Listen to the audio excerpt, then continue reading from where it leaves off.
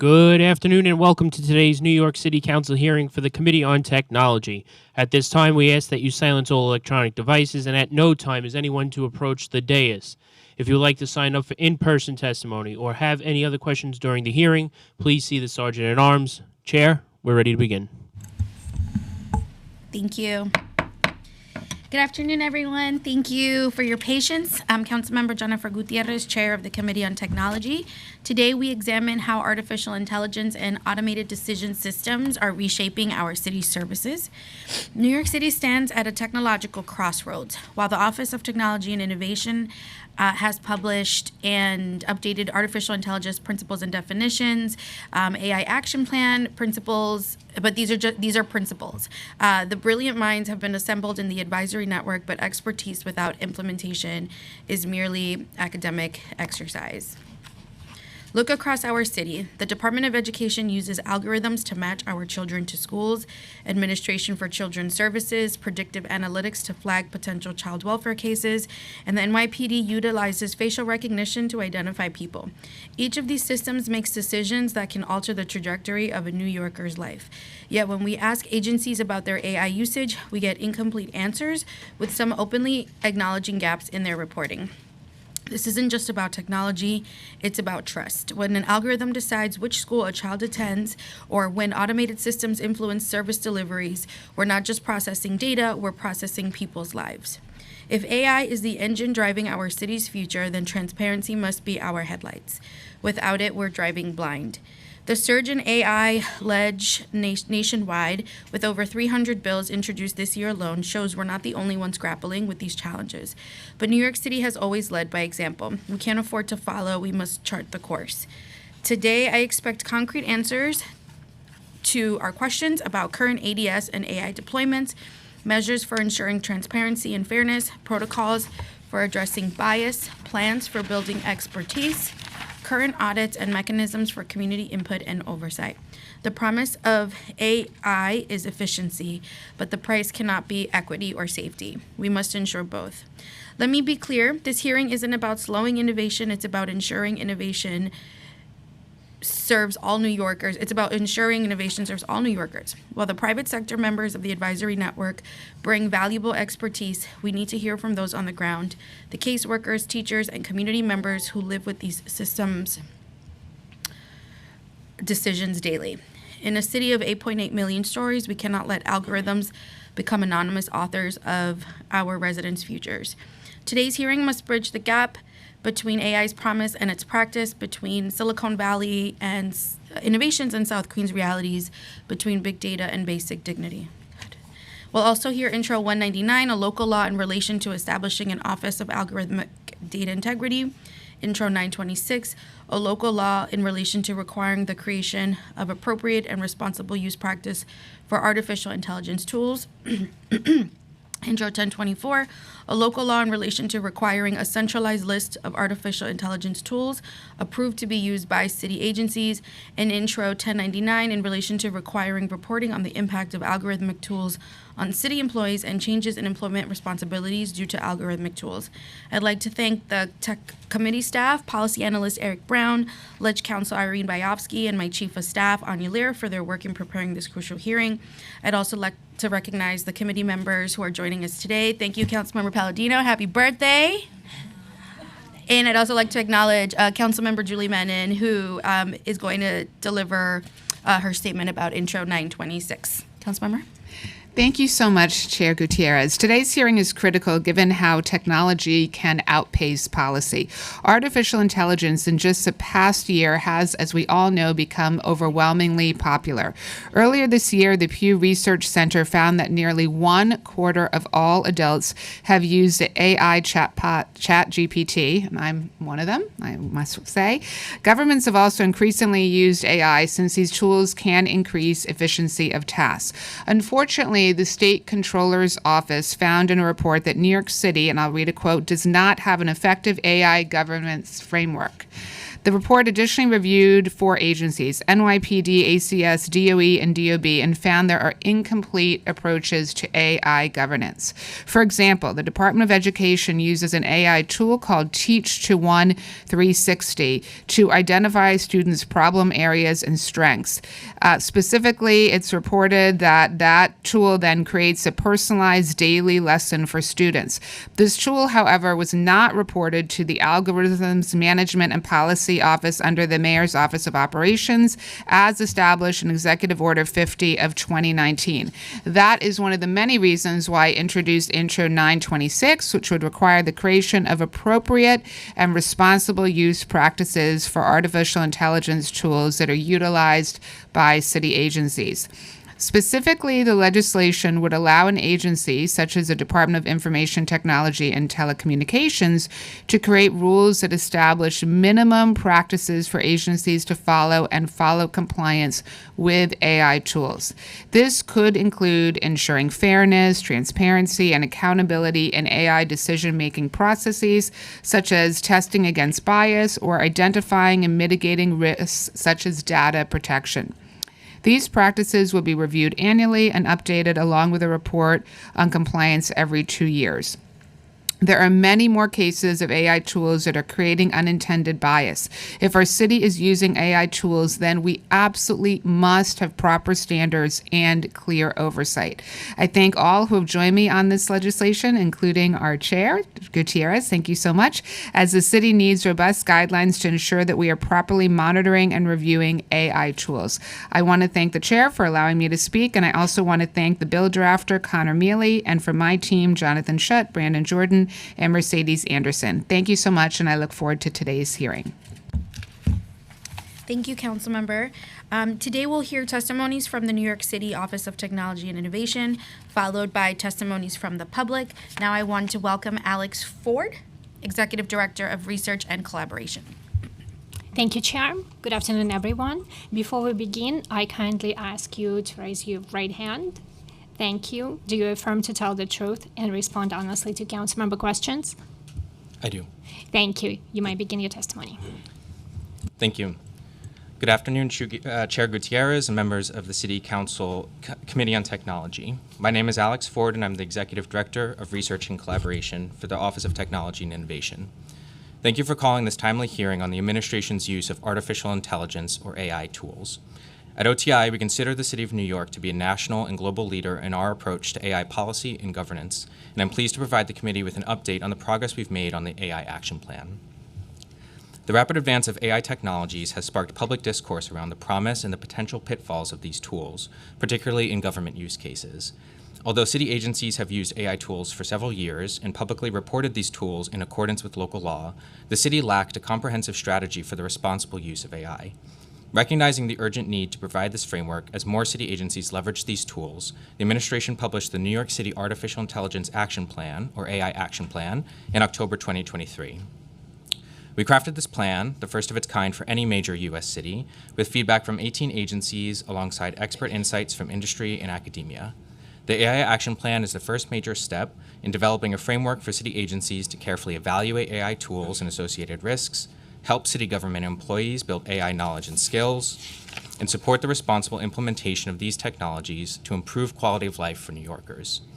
The plan introduces a set of phased actions for the city to complete, which would enable agencies to evaluate risks and determine whether a tool is the right technology to deliver better positive outcomes for New Yorkers. We proposed 37 actions with the goal of starting or completing 29 of them within a year. I'm pleased to say that we exceeded that goal, having initiated or completed 31 of the 37 actions as described in the AI Action Plan. Our annual progress report, released earlier this month, provides more details on our success, including the publication of 2 foundational policy documents, AI Principles and Definitions and Generative AI Preliminary Use Guidance, to create common language around key terms and the city's values and approaches to using AI tools. The expansion of publicly available information about the city's AI tools, including through NYC Open Data, to encourage transparency and foster trust. Convening several public listening sessions with New Yorkers to hear about AI priorities and planning for future public engagement. The establishment of an AI steering committee with leaders from 16 agencies who meet quarterly to discuss the unique opportunities and challenges of AI in government. the establishment of an AI advisory network of AI experts in academia, civic society, and industry who support the city in the responsible use of AI technologies, and conducting numerous conversations with local, state, federal, and international government bodies to share successes and challenges in AI governance. The actions completed thus far will continue to inform our work going forward. Over the next year, we plan to update current policy documents and will improve access to and utilization of AI resources for agencies and the public. Realizing the promises and mitigating the risks of AI tools are at the forefront of global cross-sector policy discussions for cities. We will continue to engage with intergovernmental partners at all levels in this rapidly changing regulatory landscape for emerging technologies. In addition to the AI Action Plan and the Progress Report, we publish an annual report of algorithmic tools used by city agencies pursuant to Local Law 35 of 2022. While many algorithmic tools are derived from or are applications of AI, not all such tools are AI. And similarly, not all applications of AI are algorithmic tools per the definition provided by Local Law 35. However, these reports provide information about AI and related tools agencies are using that have material public impact. Last year, OTI coordinated with 45 agencies across the city to identify automated decision systems captured under this local law. We are currently undertaking the 5th compliance cycle, and to make that process more robust, we recently solicited 24 more offices to participate in the compliance cycle, including the New York City Council and other elected officials' offices. We look forward to the Council's participation in this important exercise. Now I will provide feedback on the legislation before the committee today. Introduction 199 would establish a new Office of Algorithmic Data Integrity. The AI Action Plan envisions the development of policy and guidance intended to address concepts of bias, discrimination, and disproportionate impact in the city's use of AI. This is being addressed in Initiative 1.6 of the AI Action Plan, Develop an AI Risk Assessment and Project Review Process. As written, this bill may unintentionally dismantle the work we are doing towards this goal and the staff and processes we have established for Local Law 35 reporting. Further, this proposed office would assume some of the investigative and enforcement charter responsibilities of the New York City Commission on Human Rights, which may not have been the intention. Next, Introduction 0926 proposes to require OTI to promulgate rules to address appropriate and responsible use practices for artificial intelligence tools used by city agencies. With the lightning-fast pace of AI technologies, we do not believe that promulgating rules is necessary for us to move forward with the governance structure we plan to implement through the AI Action Plan. It is important to remain flexible as new tools become available and are considered. Rules that may become outdated very quickly could have unintended outcome, and time spent amending rules through this process would hamper our ability to update guidance in an agile manner.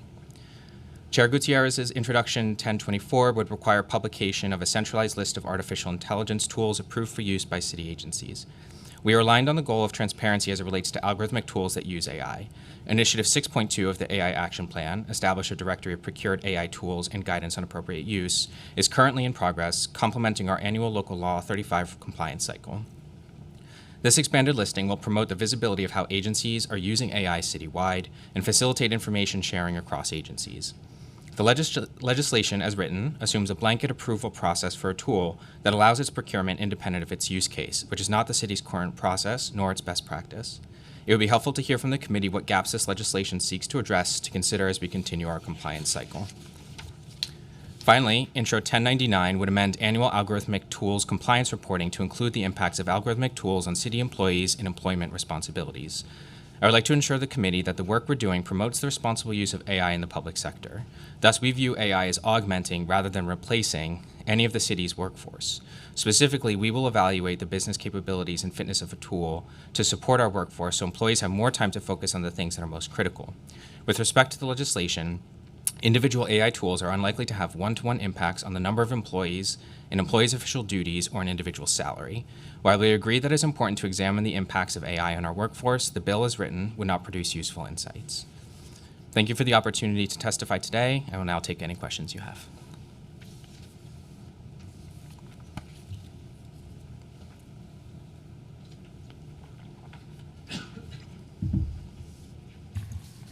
Thank you. We're gonna jump right into questions, but I just want to make sure, Councilmember, do you have any questions? Do you want to jump in? I know you have Lich. No, Menon. I do. But don't you want to go? Yeah. I mean, you can go right now if you Are you want. sure? Yeah. Okay, I don't know if you're so I jumping actually have around. another hearing. I know Okay, you thank do. you. Go You're for so it. kind. Thank you so much. Okay, thank you, Chair, for doing that. I so appreciate it. I'll be very quick. So I just have to say, in all candor, in reading your testimony, I frankly found it shocking that you are testifying that you don't want to promulgate rules on fair and responsible use because you're worried they'd be outdated. The whole point of fair and responsible use is to ensure that the AI tools that the various city government agencies are using are done in a responsible way. Rulemaking does not need to be rigid. On the contrary, you could have a rulemaking that builds in the flexibility for changing technology. So could you talk about why you believe it is responsible for your agency to not promulgate such rules? Yeah, thank you for the question. We very much share the goal of the idea around the responsible and fair use. Our feeling is that the commitments that we have in the action plan speak to the incremental steps that we need to take to build out that policy further. And where we are in that process has very much shown that we need as much flexibility as possible to be able to keep pace with the rapid pace of change of the technology itself. So our focus right now is really understanding the complicated interplay between existing oversight frameworks that already govern the agency's use of technology, the sorts of goals that we're trying to accomplish for risk management for AI particularly, and then the processes that we need to be able to put that all in place. I just find that to be an abdication of the agency's duty to make sure that you are employing fair and responsible use. And can you explain, for example, the example I gave in my opening statement was that the DOE was using an AI tool called Teach to 1-360, but we found that that tool was not reported to the Algorithms Management and Policy Office under the Mayor's Office of Operations, as was supposed to be required under Executive Order 50.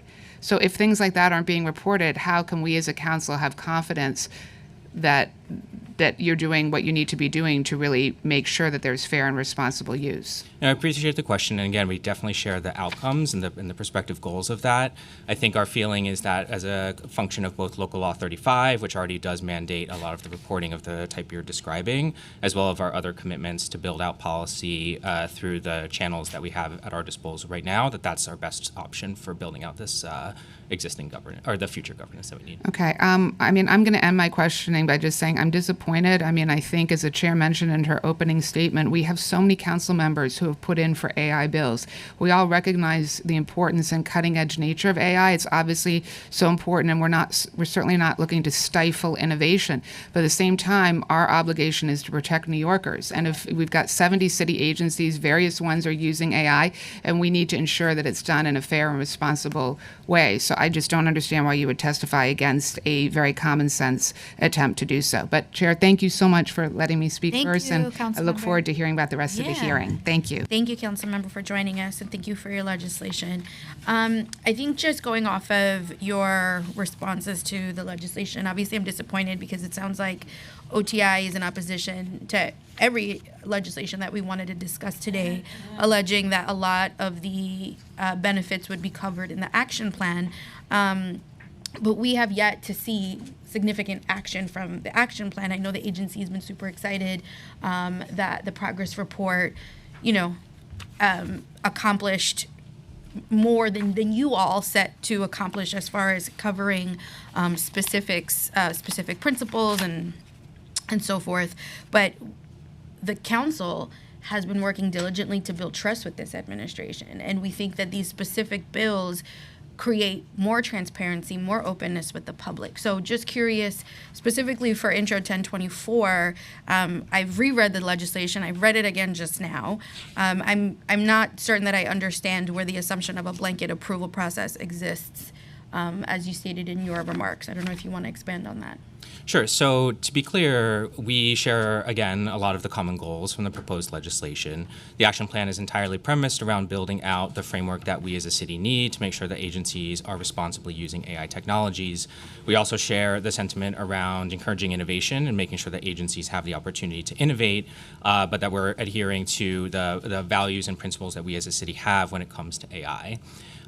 What we want to stress is that there is a lot of work that's already underway for a number of these different areas. Local Law 35 is an excellent example of where we have really robust public reporting around algorithmic tools that are in place. And we also have opportunities to continue to augment that through, I mentioned one of our actions in the action plan that relates to building out additional inventorying of tools. I think we want to make sure that the efforts that we're taking are responsive to a really complex network of agency needs, where they each have different missions. We're also talking about a very wide set of technologies. AI is an umbrella term that really refers to a complicated set of technologies, and we need to be responsive to that as well.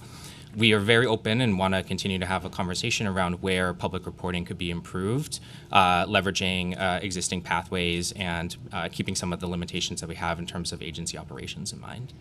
Can I understand for Intro 199, the new Office of Algorithmic Data and Integrity, where I think the position in your opening remarks is saying that it may unintentionally dismantle the work that you're doing through the action plan, as well as some of the processes established by Local Law 35. What are those unintentional actions that you think this is going to work against? And as I understand it, I thought the mayor was in support of the state bill calling for an office of algorithmic data and integrity. So I just want to see how you all are aligned with his statements. Yeah, and so where you again, think the conflict is. Sure. Again, we very much support the ultimate goal, and the idea through the action plan is to be able to build out the risk assessment processes that we've committed to.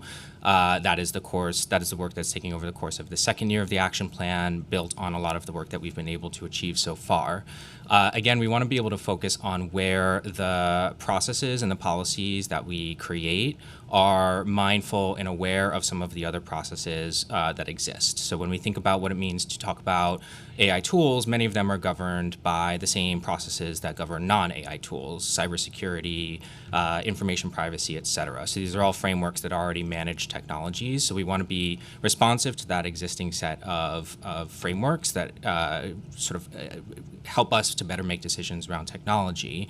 And then we also want to be responsive to things like mentioned the City Commission on Human Rights and their role in generally enforcing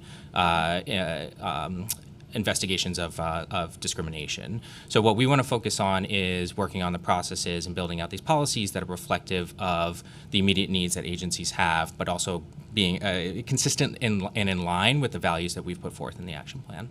Okay, I think it's a little bit of a reach on overstepping on the enforcement responsibilities of the Commission on Human Rights. I think it's a reach. That's not what this bill intends to do. It's very much about accountability and transparency and setting benchmarks that are realistic and feasible by the agency. So disappointed that is the response to every single bill that we wanted to discuss today. But we'll move on. I think you're very confident that the action plan is going to solve all the problems.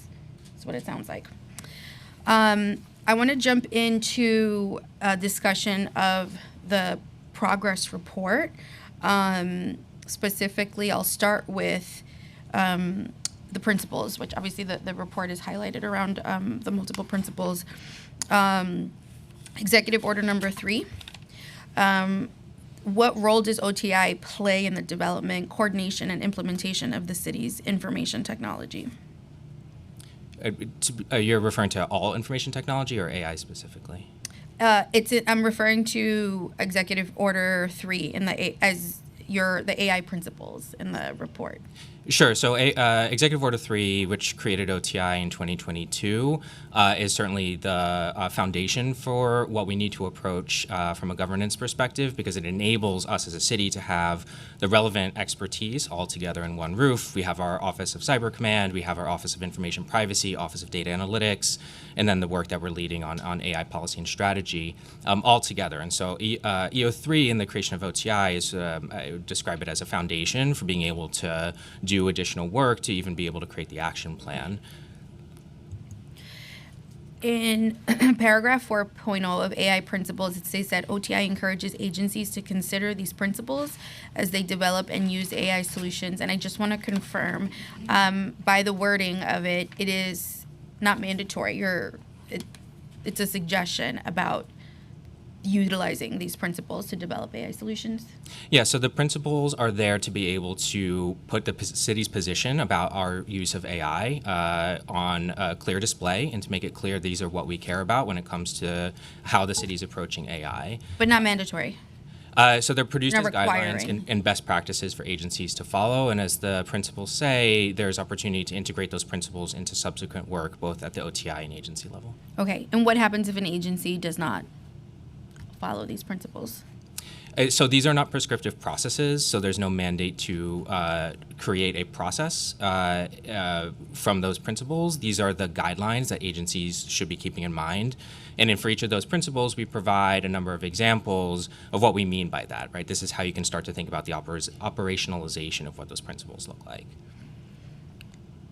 So what happens, what is the response in a future progress report of the action plan when you learn that agencies are not utilizing this as a framework, that because it's not prescriptive, they're not beholden to any of these principles? So again, the principles are there to help lay the land for our subsequent policy development. And as I mentioned, we're building out a risk assessment and project review process in the second year of the action plan that is intended to have a little bit more of a concrete process for how agencies are understanding the possible deployment of AI technologies. Again, the principles are there to help lay out the direction that the city should be considering as we think about AI technologies. So to build out those principles, we refer to a lot of other existing frameworks as a reference point, including the White House, when they published their blueprint for an AI Bill of Rights a few years ago. These are all intended to be level setting and to be clear and overt around the city's intentions for how it approaches its AI technology. Okay, I'm just trying to kind of piece together the enthusiasm behind being first of its kind, first of its nation, across the nation, excuse me, if there's no, it has, there's not significant enough teeth. I get that it's framework, I get that it's language, I get that it's intended to, provide kind of guiding principles, but what role does OTI play in ensuring that these agencies are utilizing all this work that you've been putting together? You've got a steering committee, you've got a committee of experts on this. So just curious, what is the lifespan of this action plan if you cannot point to me that no agency is utilizing this or maximizing on what you've all put together and worked so diligently on? Where does it leave us? Is it just like a PDF that exists in the ether, or what needs to happen, which is why we're trying to legislate? Yeah, that's an excellent question. So I think there's a couple things to highlight. One is that overall, we're all working in a policy space that is still fairly new. There aren't a lot of examples of governments, if any, that are readily comparable to us with wholesale governance frameworks that have all of the policy details worked out. This is something that's still being worked out at the federal level, state level, and really across the globe. So it is a complicated and growing policy space.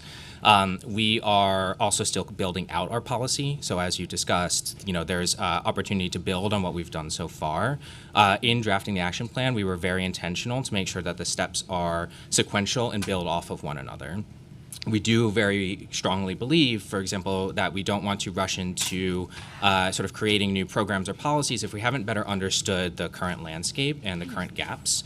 So we need to be focused on first, and foremost, what do we need to know about our current state and time? What are our values that we want to put forward? What are our principles that we want to make sure are out there? And then as we go into the second year, continuing to build out the policy and the additional steps that we need for added governance. So of the agencies that are involved with, not the steering committee, what's the proper name? Steering committee. The agency one is this. The steering committee, excuse me. Of the agencies that are participating in the steering committee, do you know of any that have started to integrate some of these principles or practices? Yeah, so again, the principles that we've defined are in line with what you would see in other frameworks. And I think they're good principles, by the way. Exactly. I'm just trying to figure out how it becomes a document, Sure. a healthy document that lives online, and what OTI's plan is to ensure that agencies are integrating these Sure. principles? Yeah, so I think those principles get integrated in different ways depending on the context and what those principles are.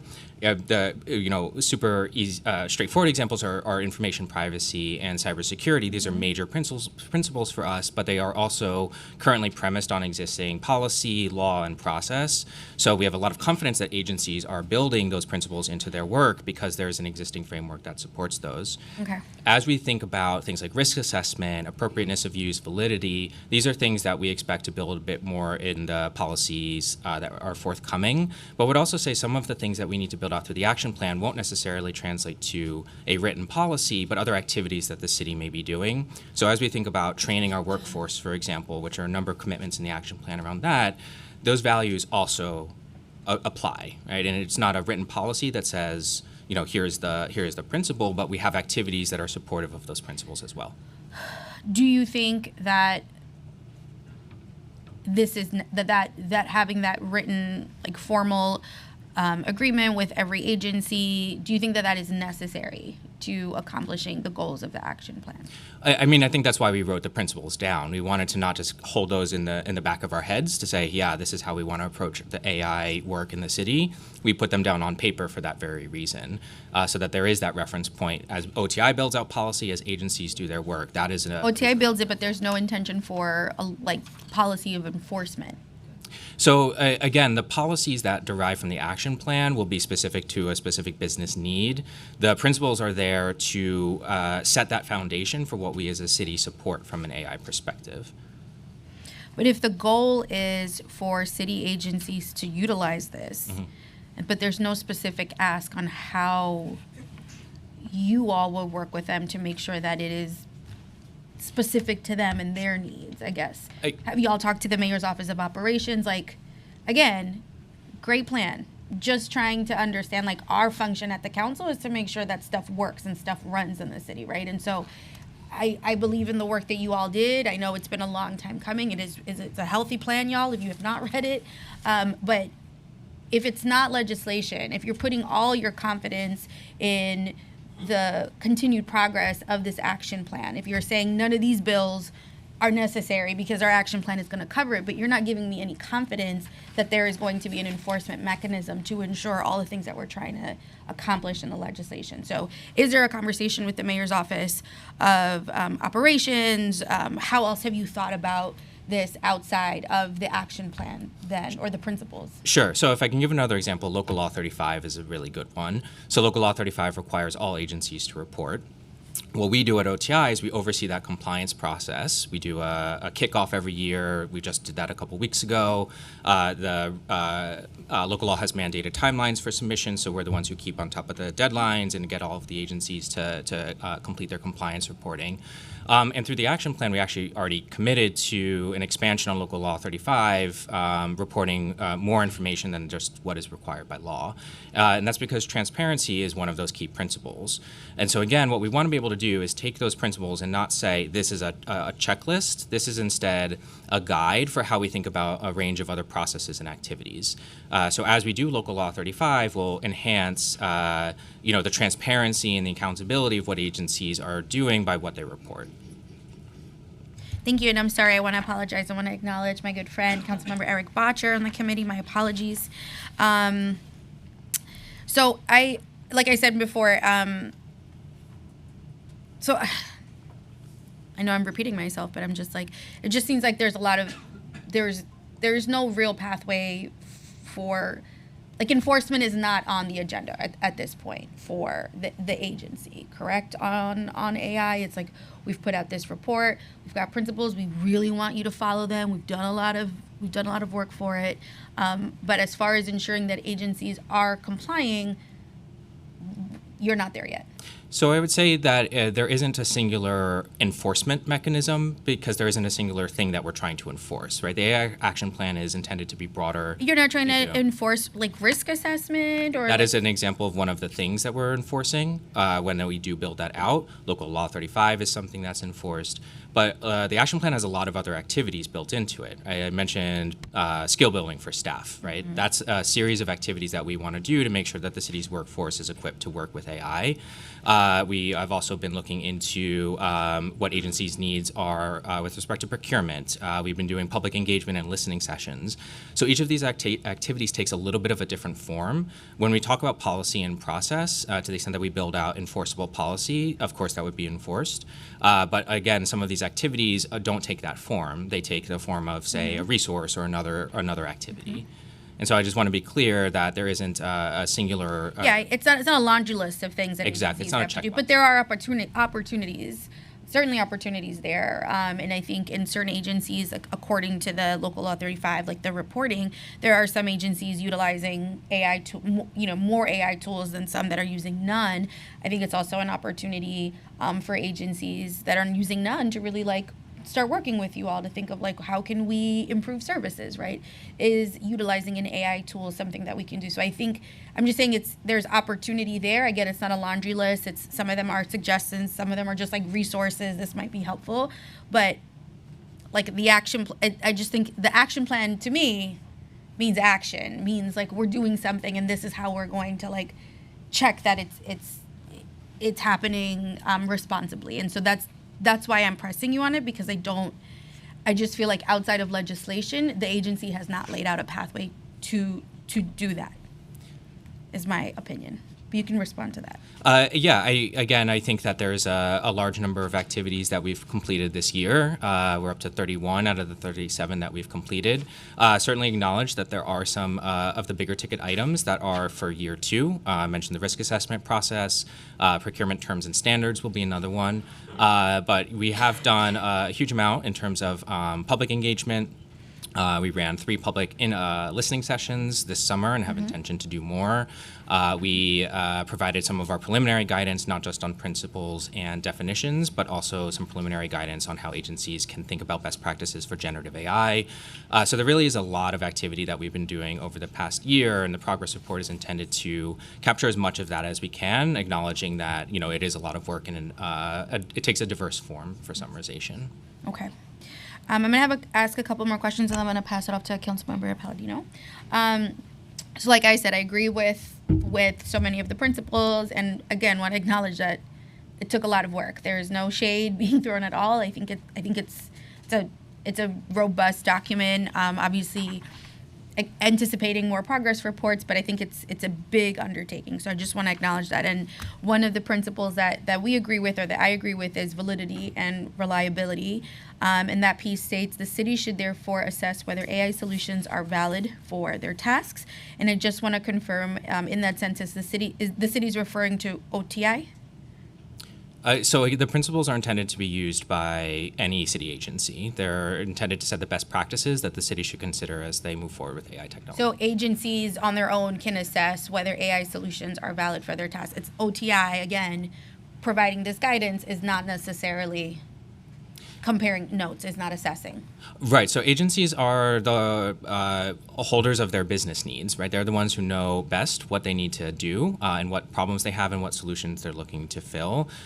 So agencies are best equipped to be able to understand the validity of any technology solution as part of a problem-solving effort. And in Executive Order 3, which we've both referenced, doesn't OTI have the authority to play that role and therefore assess whether AI solutions are valid? So OTI's role with agency technology generally covers a sort of a wide array of activities. In some cases, it's more advisory. And then obviously on the other end of the spectrum, there are formalized processes, particularly in the world of cybersecurity and information privacy. So there isn't a universal single pathway for agency technology to go to OTI. From the AI perspective, our focus is on providing advisory work wherever we can, to the extent that agencies have questions and want to be able to understand the opportunities to leverage AI technology, and then of course to make sure that those proposed plans are consistent with the principles that we've published and are meeting any other requirements that they may have. And so in the same sentence, the city refers, when the city is referenced as also carefully monitoring AI tools from ideation to deployment to ensure that those tools are performing reliably, again, that's not OTI. when you're So- referring to the city? So again, the principles are expected to be used by any and all city agencies. We do have a commitment in the action plan for year 2 to build out what's called an ongoing monitoring process. That's policy that's still under development. Ay, ay, ay. Okay. Who's responsible? Responsible for which piece? Validity and reliability, specifically agency to agency. You're telling me it's up to the agency So agencies, again, are responsible for their for technology AI, but I'm talking decisions. about just AI solutions. So in many cases, AI solutions follow the same pathway as non-AI solutions. When you talk about a lot of the tech that may be brought into bear for an agency to use, again, there are existing processes, many different sort of oversight or review processes that come into play that apply to all technology, including AI. In terms of understanding the gap, right, what is needed for AI specifically, that's what our commitment in the action plan is, to build out those processes. And so any AI solution that's under review for an agency to review, or to consider, I should say, they will still need to do all of the things that they would normally need to do for technology. Is there any monitoring of AI tools agency to agency that OTI does? Besides, like, kind of like what's in the report. Like, are you monitoring? Is there an active role that OTI plays in once an agency divulges we're using such and such AI technology for this purpose? They've met all the guidelines of the report that you need. Do you all monitor that, or what happens? Sure. That process. So that's the monitoring piece that I was referring to as a commitment for year 2 for the action plan. What is isn't- monitoring? Well, that's something that we need to be working on getting more specific about. So the premise is that we need to better understand the potential risks, put in place the mitigation for those risks, and then monitor to make sure that that mitigation is working.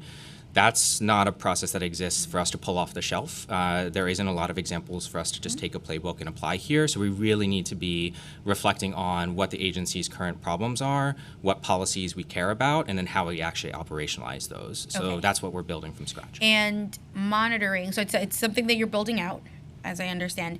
Would monitoring in the future at some point lead to some kind of level of enforcement, or monitoring is just we've assessed? I would hesitate to speak too specifically about what our future policy that we haven't drafted yet will exactly say, but the goal of monitoring is reflective of that fuller picture of governance, right? So the full first section of the action plan is committed to building out governance, and that is sort of across that life cycle, right? So you start at the foundation with principles, definitions, you move into how we can provide agencies with preliminary guidance on some of the major technologies that they'll care about. Then we move into how we understand and account for potential for risk, and then talk about how we monitor that over time. So you can see there's a sort of sequence that needs to be constructed from this, and we need to work through the earlier pieces before we sort of commit to some of those later pieces. Thank you. Are there instances that you can speak to now? I know you're in process, where you are all thinking about kind of the conclusion of monitoring for a tool of an agency, and there's an instance where, like, the recommendation is, like, this agency is OTI equipped or planning to, like, make recommendations about ceasing using particular tools, or recommending to agencies the efficacy of a particular tool? I think it's too early for us to know exactly what the processes will be. Is that part of the risk assessment that you all are thinking about? The goal of risk assessment generally is to be able to identify where possible risks could emerge. That's the goal for risk assessment in other policy areas as well, right? Being able to understand what the potentials are. So certainly raising where risk could be likely and what categories of risk is absolutely something that's intended. Okay. I'm just a little apprehensive about. I get what you're saying. It's a work in progress. We'll be patient, but I'm just a little apprehensive about kind of. There's the Executive Order 3, which my understanding, and in many of our hearings with Commissioner Frazier, is this understanding of OTI's role in coordination and implementation of the city's IT, for example, and then kind of this response of, like, agencies are going to kind of do what they need to do. And so I know that you can't tell us too far into the future, but I'm just trying to like put us at ease about kind of what is transcribed in the action plan, this current administration and everything we're hearing about this administration, and how the agency stands apart and can put us at ease about accountability. How much does live actually with the agency, with OTI, for example? Yeah. I mean, I think the reference that you made to what CTO Fraser has said is still applicable, right? We're advising on implementation involved in the coordination. That, I think, is consistent with how we're seeing these processes. Again, it is too early to know exactly what the specific steps of a process would look like. That's our commitment for this second year. But I think our overall goal is always to be supportive of agencies at the end of the day, because they are the ones who have to build the technology, procure the technology, and use the technology on a day-to-day. So we do have to be aware of where their business needs are in play. And OTI has a hand in their contracts and their specific technology contracts. I mean, I can't speak to the minutia of procurement. OTI doesn't support every single contract for technology across the city. I thought the commissioner had said that before, but I'll double check. Sure. I certainly am not part of OTI's procurement team, so I take specific questions back to them. But the premise here, of course, is that OTI is there to support and enable agencies to deploy technology. We do have commitments to build out policy, and that is what's in development right now. And then some of the other work that we do to support agencies isn't in the form of a policy per se, but again, some of these other activities. You know, how can we encourage agencies to think about skill building? How are we understanding what skills they need in their workforce? How can we provide them with that resource, right? This is a different sort of category of activity that we're also looking to support. Thank you. I'd like to acknowledge committee member Bob Holden, and then I'm going to pass it to Councilmember Palladino for her questions. Thank you.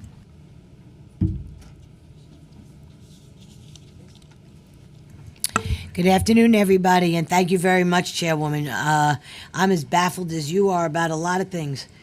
When it comes to AI, it's above my pay grade, I've often said, but I'm going to do my best. I keep hearing the words risk management, risk assessment, and monitoring. Those two words really kind of scare me a little bit, as does the whole format of AI. I got to get to be familiar with it. But however, I want to talk about something that really falls more in my wheelhouse, which is social responsibility. Also, one of the principles that states in order to promote confidence in the city's adoption of AI and its lawful and responsible data stewardship, and protect New Yorkers from potential and unlawful and unethical uses of their data, the city must commit to extending and existing privacy protections in the agency AI development and use, and modify those protections as necessary to keep pace with the technological advances. However, the city privacy protection policies of protocols based on February the 6th, 2023, does neither address AI nor extend privacy protections. When do you plan to extend privacy protection in the agency, AI development and use? That's question one. Question two is, I want to point out another principle listed that states, in order to encourage greater public trust in the city's use of AI, agencies should carefully consider public engagement, disclosure, or explanation of AI use, as it is critical to understand how a given system may impact residents, safety, rights, or access to services. How have you or are you planning to conduct public engagement? What steps have you taken to ensure public trust? Now, I know I heard you say that you've had some hearings thus far about this, but this is still very new, and I often worry that our privacy issues are very much at risk here. How do we determine that the human factor in any of this stuff that we're putting forward? You know, I really worry a great deal about that. You know, AI troubles me. Troubles me when we come to judge our kids in school. It troubles me when it comes to our privacy. There's a lot of different things. We could be overstepping. So if you wouldn't mind, I know I dished it out a little bit. If you could please answer me. Thank you. Yeah, happy to. Certainly I can go back to some of our colleagues at the Office of Information Privacy for some more specifics for you. But certainly the role of AI and its sort of impact on the identifying information law and the implementation of that law, I know is something that's top of mind for them. I'm happy to, again, go back and get some more specifics on timelines for things like policy updates, et cetera. I don't want to give an incorrect timeline for that. But certainly that's something top of mind. Privacy is very intentionally woven throughout not only the action plan, but the things that we followed up from the action plan. That's why it's one of our principles, is because it does matter so much. So, that's one thing in terms of privacy. And should say that cybersecurity is another layer to that, making sure it's secure from bad actors, et cetera. So the Office of Information Privacy and Cyber Command, who implements the collection of laws and policies and processes, are responsible for making sure that agencies comply with those laws and the policies. Again, I don't want to sort of provide specifics that are incorrect, so I can take back more specific questions on how those processes work. But those are governed by those two teams.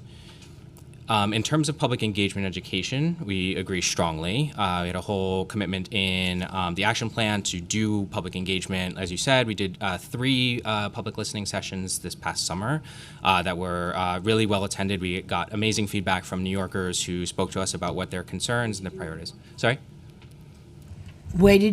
How and where did you conduct these hearings? So this first set we did virtual, and we'd like to begin expanding into a further set that are in person and that are more partnered with community organizations. We did get great feedback from the virtual ones that we did, but what areas did you go to that you got positive feedback? Well, so they were virtual, so the feedback came from all over, and it would say that the feedback was helpful and productive. We are interested in continuing to learn more and partner with other organizations for additional opportunities to engage. I think a part of that is also education. So it's not just saying, hey, we want to come and talk to the community about AI. We have to make sure that the community is prepared to talk about AI and understands what it is that we're trying to talk about. So we want to be able to have But for those areas that are not, shall I use the word, they're slightly more mature as far as age goes, AI is not something that rolls off anybody's tongue and they're a little bit afraid of. I'm talking about the older, people. And everybody's really concerned about, because it is a little age appropriate, that we don't fully get it. And when you come and you speak, you have to speak to us in a different sort of way to make it, it's like speaking to another age group. So my biggest concern is when my constituents ask or they hear about AI. AI to them is scary. It's artificial. It's not real. So the next time you do a hearing, I'd like to know about it. Sure. So that I could get some people on board and put it forward, because everybody's really very concerned. Like you said, risk assessment and that word monitoring, that's like Big Brother watching you. We have a real problem, my generation, with Big Brother watching us all the time. We don't like it. So you could take it from there. Sure. No, thank you for sort of highlighting what we think is a really important issue, which is that we can't speak in one voice all the time. We have to be adaptive to different groups. Our first listening sessions were a way to get started, right? To say, let's get out there and let's sort of see what we can find.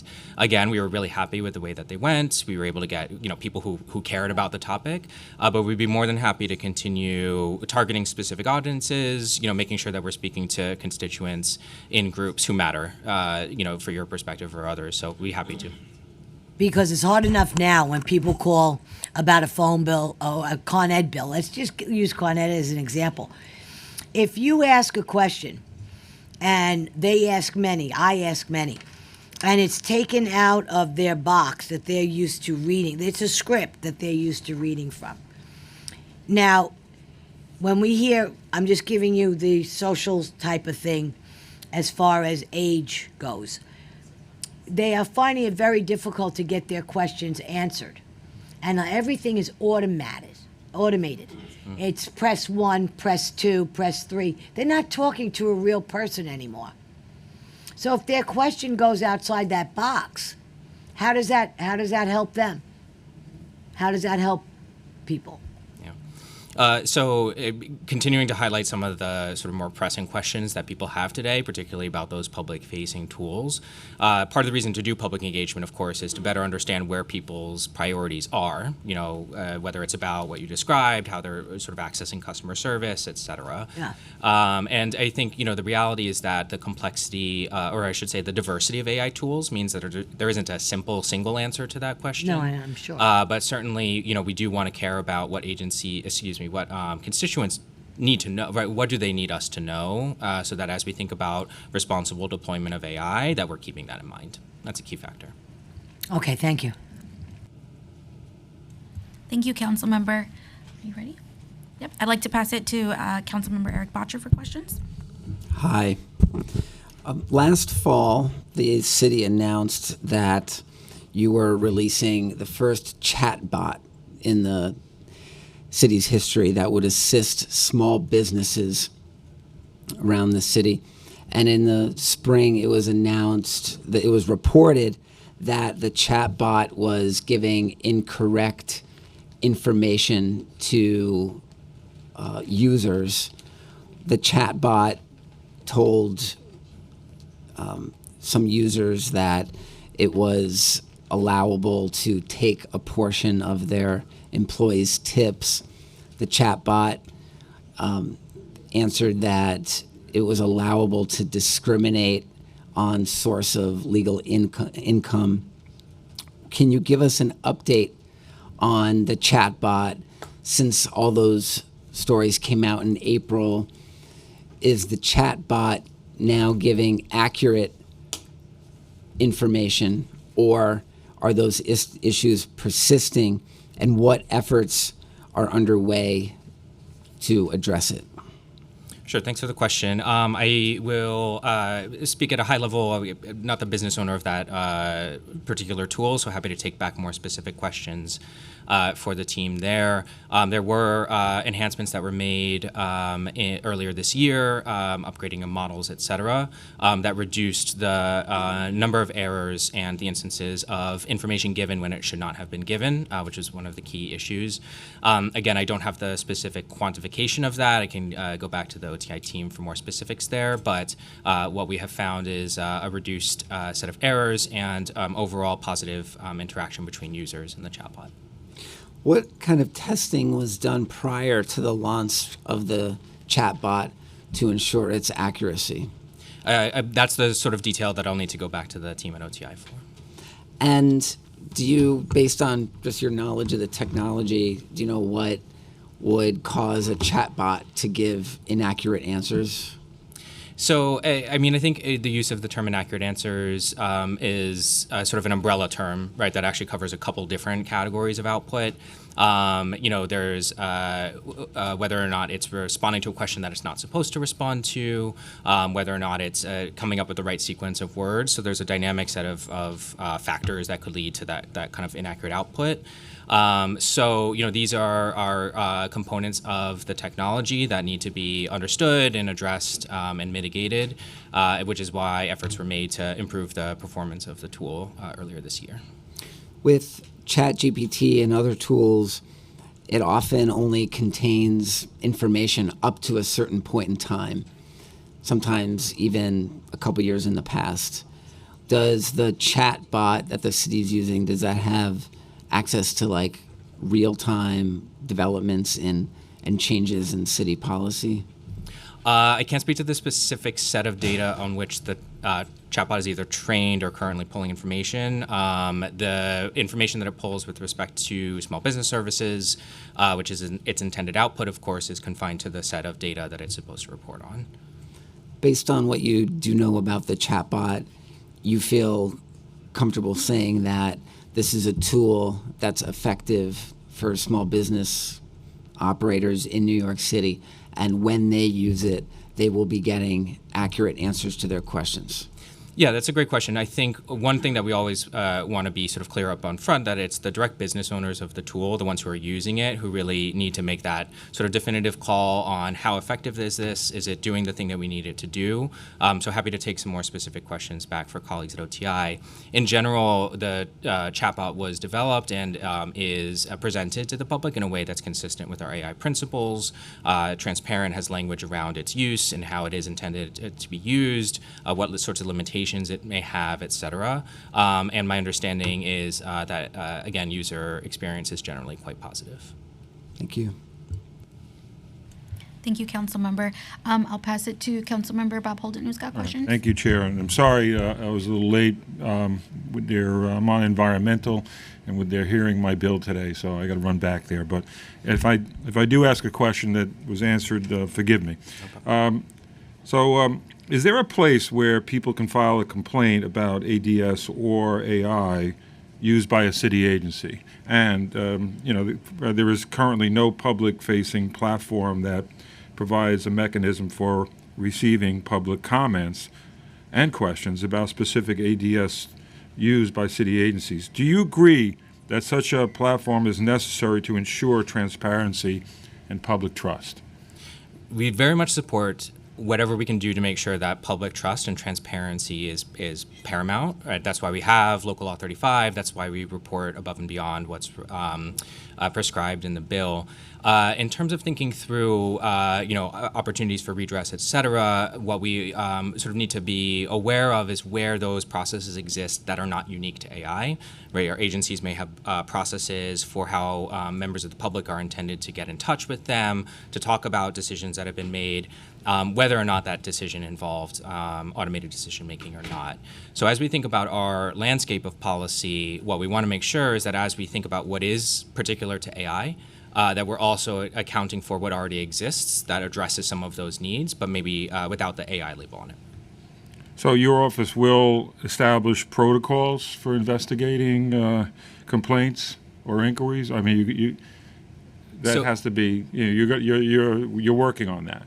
So again, when we think about what a complaint could be, it could take a lot of different forms, right? It could be somebody doesn't like an output that has happened, or obviously, of course, in a worst case, somebody could feel that they were discriminated against, for example, right? Each of those is not the same as one another. And so when we talk about what it means to think through policies that address the risks of AI, again, we have to be mindful of what else is there to account for those risks that isn't unique to AI, right? So again, if somebody feels that they've been discriminated against, the city's human rights law is there to protect them against discrimination, and there's an avenue for complaining for that. But when it comes to, say, disagreeing with a business decision, et cetera, that's where we want to make sure that the agencies have their processes and that whatever processes they have are accounted for before we try and do something duplicative. Yeah, so how would the public know if a decision was made with the assistance of AI? I mean, is there going to be a... So most of that will be through Local Law 35, which does require the reporting of those tools that have a material impact. So, the presumption is that if there's something that's involving an individual directly, that's likely to be a material impact, in which case that tool would be reported under Local Law 35. Good. All right, thank you. Thank you, Chair. Thank you, Councilmember. Give me 1 second. I'm Of course. putting my notes together. Okay. Okay, I wanted to ask a little bit more about the action plan now, just some of the specifics, because I think and specifically I know there's some are in progress, some are complete, right? And so I just want to get a little bit more, as much as you can share about some of the ones that are in progress. I know that in 1.6, an AI risk assessment and 1.8 monitoring tools are the most important, and obviously it's still in progress. Is there anything more that you can tell us about risk assessment and monitoring not in the action plan right now? So, yeah, I mean, I can certainly speak to some of the high-level steps that I think we think are really important here. So one of those, of course, is sort of creating that landscape of what we think the possible risks could be. We think what is really important is to really do as exhaustive an analysis as possible to say, here's the different ways that risk could arise. And then subsequent to that to say, okay, now that we know what these categories of risk are there any existing frameworks that already address these? Right? So we've talked about privacy and cybersecurity. That's a place where we want to say, okay, we've got the Office of Information Privacy, we have the Identifying Information Law, we have our Office of Cyber Command. Before we sort of approach addressing AI risk for information privacy or cybersecurity in a vacuum, let's see how it interfaces with some of these other processes and frameworks. And then from there, we can say, okay, what is not being accounted for? What are the gaps that we're trying to fill? And how do we see this as a process that helps us turn something that can sometimes be a bit of an abstract concept into something that makes sense for us in an agency? And I'm sorry, what's the last step? Of being able to sort of like operationalize that as a process, right? So how we say, you know, this is a complex abstract idea, you know, things like bias in AI, we want to be able to sort of say, how can we actually make that a real thing that we can address versus just talking about it in the abstract. And are there specific agencies that you either a part of the steering committee or not that you are looking to be able to like kind of prioritize or spend more time on assessing gaps that need to be filled, opportunity for operationalizing? Well, certainly the steering committee will be a valuable resource for us. That's why the steering committee exists, to be able to help inform that policy development. And I'm sorry to interrupt. Can I also ask, the agencies that are in the steering committee, did they opted in to being like, did they want to, like, did you all do the the outreach? We did the outreach. You did the outreach. Yep. Okay, great. So the assumption is that they're a part of it. They're also looking to maybe kind of integrate or like activate their agencies along the action plan a little bit. So the goal with the composition of the steering committee was to get as much diversity in terms of the sort of mission that different agencies have. We have agencies of different sizes to reflect different sort of magnitude of technology, different perspectives on the components of AI that they care about most. Some of them are operational agencies, some of them are policy agencies. So we wanted to have a very diverse collection there. And the general goal of the steering committee is to help inform that policy development, right? So they can better inform us. This is what this would look like on the ground as an operational agency. These are some of the other community groups that we care about, et cetera. So they're there to inform that work. And do you all have a sense of who's like responsible for the risk assessment? Is it OTI? Is it the agency using the system? Where are you all, I guess, in that piece? Sure. So it's probably, again, too early for the specifics, but I think OTI's commitment is to build out what that risk assessment process is and to be able to understand what we as the central technology agency for the city under EO3, what we need to do to be able to make sure that, tools are being developed and deployed responsibly. Agencies, as they do in other processes, other oversight processes or review processes, are a key player in that. It's never just OTI or just the agency. There's the agency is the business owner who's driving the need, driving the problem solving and the solution development, and then OTI providing support wherever it can in a variety of different ways. So agency to agency in risk management or risk assessment, it will be up to that agency and OTI to figure that out. It's a little too early to know exactly what the process, right, the step-by-step again is, because we're still in some of those earlier stages, like I described, better understanding that risk landscape, et cetera.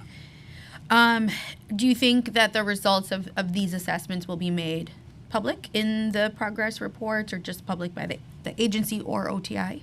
Again, I think it's too early to know exactly what will be in that. But transparency is one of your principles, so. Transparency absolutely is wherever we can. Wherever we can, we like to make sure that information is available so that New Yorkers better understand the role that these technologies play. I am not I don't have the insight into exactly what we're asking in those questions right now to know exactly what would be available. And so just for you in your unit or department, do you think that is a direction the city, not just OTI, should move in, where if these guidelines are to understand how to do risk assessment for your own agency, it can be with OTI or without OTI, it's it's too early to tell, but that New Yorkers should have access to this information. Yeah, I think that's why we're so supportive of Local Law 35, which gives New Yorkers insight into the tools that are currently being used. I think one of the There's other no, I mean, I read it. It's not, yes, it does do that, but it's not like, I don't think it's explicit in like risk assessment. It's not explicit yet on, not all agencies respond equally. So there's, I think, a different level of detail agency tool to agency tool. So that's why I think I'm just asking if you think it should live separate and apart. Sure. So just Local law plays an important role, yes. Yeah, just to respond to that bit, certainly one of the things back to OTI's role in something like Local Law 35 is, in fact, to make sure that over time agency responses to Local Law 35 are all sort of meeting the standard that we think needs to have. So we are working with agencies actively. Do you have like a timeline for that? We've been doing it. So we already do work with agencies to make sure that their responses are meeting the need of Local Law 35. Okay. But back to the question on risk assessments, we again want to make sure that what we're putting on paper is responsive to the particular moment in time. Some agencies come and talk to OTI for advisory work early in a process, and it doesn't mean that something is actually going to fully pan out. And so we don't want to be jumping the gun and suggesting that there's written assessments that are publishable at this time. Thank you. I think just on, and I have some questions about Local Law 35, and just correct me if I'm wrong, was the most recent reporting the one in 2023? Yes, 2024 is underway now. Okay. I don't know. I don't think every agency response has like a standard. I mean, some like DOI, I think it's DOI or maybe PD, one of them, the vendor is no answer. Is NA. I don't even know what that means, right? As opposed to some of the other agencies that have, some of the other agencies also will tell you in the document that you published until when their contract is good until, and some it's just a sentence. So I don't know if it's like a standard. I don't know. That's why I'm asking if there's more of a role OTI is going to play to ensure that it is the same information for every single agency that's being published. Well, we are working on that and certainly do work with agencies. There are obviously from agency to agency particular instances where they may have a contract or some other obligation that may prevent them from answering in a specific way or in the same way that another agency does. So some of that could be the result of agency to agency distinctions or differences. But in general, we do work with agencies to make sure that what Local Law 35 requires is being reported. Okay, thank you.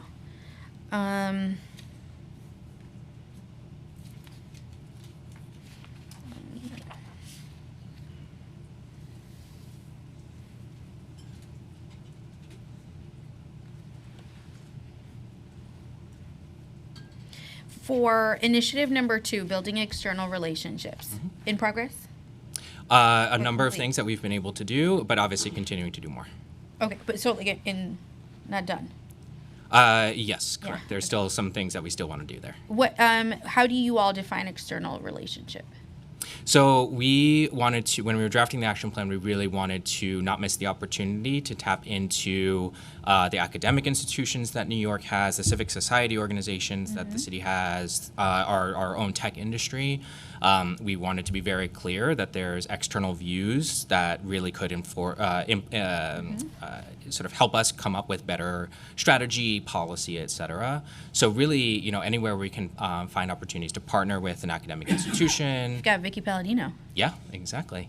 That would be, wants to be involved. Yeah, exactly. That sort of thing is very much what we want to be able to do so that we can tap into expertise outside of our own walls.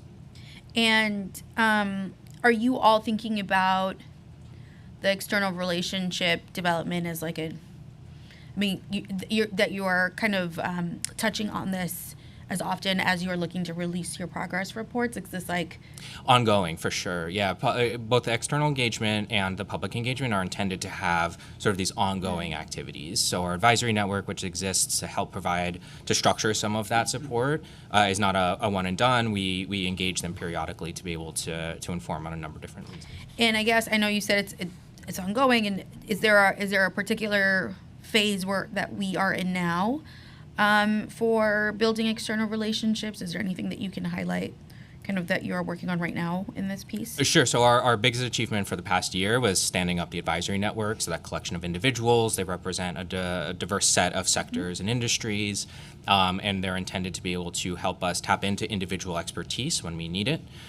We perceive more of the kind of like partnership opportunities to be really ongoing, right? So we're not going to sort of say, oh, we did one partnership, we're done. We want to think about where over time it continues to make sense to think about partnerships. And what was the process for selecting those members as part of the advisory? The advisory network, we had some nominations that came to us, and then in other cases we knew where some valuable resources could be. And I guess what is the agenda, or how often is the network meeting? Sure. We convened the larger group for the first time this past summer, and we have intentions to regroup with them before the end of this year. And then in some cases, it's more of a individual level engagement, right? A particular member who may have particular expertise, we want to engage with that person, so it's not always a standing function. And then for the future, for just ongoing, are nominations the best way for someone that wants to get involved or participate in the network? We're always happy to receive those. We don't have a formal cap on the number of advisors, and so if there's a really valuable person with valuable expertise from an organization that it makes sense to account for, we'd be happy to do that. When we talk more organizationally, that's where we sort of think about it more as a partnership versus advisory network membership, but we're always happy to receive nominations or recommendations for groups or individuals who we should be engaging with. And how do you all receive those nominations? The best way is through a web form on OTI's website. You can select artificial intelligence as your topic, and it's a dedicated inbox for all of this work. Excellent. And then, because the steering committee meets a little bit more regularly, correct, right, more structured. Have they met with the advisory network, or are there plans for them to? There are opportunities that we envision where those expertise could be sort of mixed together. We haven't done that formally yet. Okay. Can you share how many people are in the advisory network? The advisory network is up to, I want to say it's about a little over a dozen at this point. And is there any concern or any issue with like private agency information with respect to the advisory network? Since I know these are folks that are nominated, I'm assuming there's some kind of level of vetting to make sure. Correct, yes. But is there any concern, any privacy concerns, or any issue with agency information crossing over? So to be clear, neither the advisory network nor the internal steering committee deals directly with specific agency tools. There are no data sharing activities as part of either of those groups. Thank you. And then can you just confirm the steering committee meets, how many, you already said it, but? Quarterly. Quarterly, okay. Okay.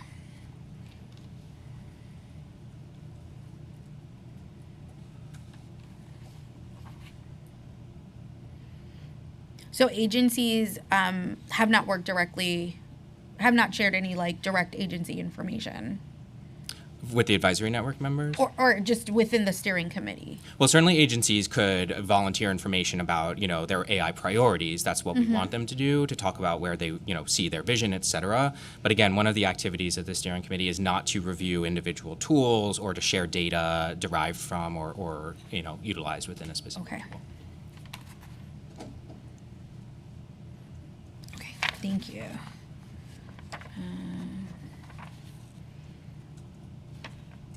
Okay, can I ask about the public engagement? I know you touched on it a little bit. So there was a number of public engagement sessions, and then OTI took over that responsibility, correct? So we did our own in the summer of 2024, derived from the action plan. So the action plan committed us to building out a number of public listening sessions so that we could, again, better understand the priorities and interests of New Yorkers. So we did our first set of those in the summer. These were the virtual ones that we summarize. Actually, on our website, there's a summary of what we learned from those sessions. and then are expecting to do more sessions in the coming year. How many were done virtually in the summer? It was all three of the ones. All three, and those were now OTI facilitated. Those were all OTI facilitated. Okay, and all virtual. Correct. Okay, and was there any issue with language? No. If I recall, we had for the sign up on our site an option to identify any language or access needs, and I don't recall us needing to pull in any special. And they were just during the summer, July and August? I'll double check on the specific dates of them and get them back to you. But yes, it was summer of 2024. Okay, and what can you share how many people attended in total? I'll send those numbers. We can send. Okay, and then can you share kind of like what the outreach was for these sessions? Sure. Most of the outreach we did through social media, so working with existing social media channels that OTI has, also working with city agency partners and their social media channels. One of our key findings, I think, from our sessions is that we'd love to think about how we can do different sorts of outreach to continue to engage further with New Yorkers and to make sure we're, per Councilmember Palladino's point, speaking to specific groups. And it was social media agency to agency or like network partners, how? No, so us as OTI putting out information on our social media, and then likewise working with agency partners for them to do the same. And agency partners. Okay. Okay. Well, moving forward for the continued public engagement, is there an ask of the steering committee members or of the advisory network members to help with outreach? Absolutely. We can do all sorts of different mechanisms to make sure that we are reaching the audiences that we want to reach. I think. Did you not advertise on Link NYC? I do not recall if we did. Come on. Double check. That's so easy. It's supposed to be your agency's thing. Yes, I will double check. But what I will say is that we are more than happy to make sure that we are engaging the groups that people want us to consider. We've already had agency partners who have said, "Oh, what if we work together on something, right? So we can talk to our specific group. If there's something with the council, we'd be happy to do that. We want to make sure we're talking to New Yorkers. That matters." Thank you. Yeah. I think there's a lot of interest. I mean, I know this summer is the intention to meet again in a year for the public engagement. Sorry. So plans are still underway for the specific and the logistics, but we expect to do more in the new year. Summers are tough. They are. So, but yeah, please let us know. Okay, I want to ask about local law 35. Sure. A lot of highlighting on these questions. Okay, so with local law 35, when can we expect the 2024 report? It's required by law to be published by March 31st of next year. By the spring, okay. So yeah, that would be the very latest. And it's just one report a year, correct? Correct. Okay, with updates or? So each report requires agencies to report any tool that was used within the used at least once within the calendar year of reporting. So any tool that was used even once in 2024 will be reported for that report. Okay, and they have to share that information even if they use that tool just one time? Yes. Okay. And I just want to make sure I have it correctly. The disclosure includes the commercial name, a brief description of the algorithmic tool, the purpose of the tool, and the type of data collected and analyzed by the tool. Correct. They're not required to share how long they're in a contract with that tool for. There isn't an explicit question that asks about contract terms. There is a question around vendor engagement. I think our experience has been that, of course, some agencies do use a vendor, but that form of engagement looks different. In some cases, there's more sort of a consulting. In some other cases, there's a technology purchase. So there isn't a one-size-fits-all to what it means to engage with a vendor or an outside group to support that. So I think the question is reflecting getting at the heart of whether or not there is another party involved versus the specifics of contracting terms. Okay. And they don't have to specify if there's a subcontractor. So the language of the law does not require reporting of subcontractors. If an agency is engaging with a vendor and that vendor has a subcontractor, it could be possible that they would report it in that way. But the way that the question is prescribed by the law, they're asked for vendor involvement. And just to confirm, they're also not required to disclose the amount of the contract or what they're, the amount that they're paying. Right. There's no for. questions in there around contract terms. Okay. Were in this last report, in this 2023 report, and looking into 2024, have there been any obstacles to ensure compliance of Local Law 35 with agencies? No, we've had 100% compliance for all 4 years. Excellent. All reports prior to 2023 listed the number of tools reported and the number of tools identified. Did the methodology of compliance with the law change? And why is there no longer reporting on the number of tools identified? Sure. That reflects the shift from Executive Order 50, what was formerly Executive Order 50 of 2019, which was when OTI was created through Executive Order 3, those responsibilities for algorithmic management shifted to OTI. And that's also when Local Law 35 took effect. And so the previous reports just reflect the process from previous years. The reports going forward include the process for Local Law 35. Okay. I wanted to ask about an audit that the state comptroller conducted. As I understand it, it was in some kind of cooperation with OTI. Yes. Yep. The report shows that there are, I think maybe Councilmember Menon referenced this, or no? I think she referenced it. Yeah. The report shows that Teach to 1360, Feedback Studio, Tech, and Teach FX are also used by the DOE. However, they're not reported in either 2022 or 2023 reports. Do you have a sense of why they were excluded? Yeah, so generally we, from our end, we don't try to diagnose from a distance without knowing exactly what the specific decision-making was for the agency. Agencies are responsible for identifying their tools and reporting them under Local Law 35. We provide guidance to agencies when they have questions about whether or not something meets the threshold for being reported, yes or no.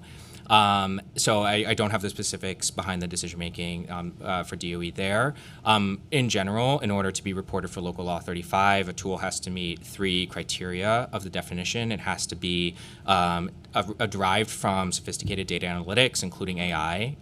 It has to be involved in a decision-making process for the agency, and that decision-making process has to have a material public impact. So we do advise agencies that if a tool does not meet all 3 criteria, it is not obliged to be reported under Local Law 35. Again, I'm not speaking to the specifics of that tool. I don't have the insight into the decision-making there, but we do always advise agencies how to understand the requirements of the law. Okay. But so in this particular instance, I guess how do you all ensure that what is being disclosed to you agency to agency is all of it? Mm-hmm. So there's really 2 things to consider. One is that as part of the reporting process, we do ask agencies to certify their compliance. So when they submit their documents and their reporting, we do ask them to say, this is what we have to report. The second component is that throughout the process, over the multi-month period when we do kick off to agency submissions being due, we provide guidance and technical assistance to agencies. We meet with them and help them understand how to understand the requirements of the law and to answer any questions that we can. Okay. But there's no mechanism for you all to, I guess, after reporting or I guess, does every agency have a different deadline for when they have to submit so that you all make that March deadline? No. Well, all agencies are required to report to us by December 31st of the calendar year.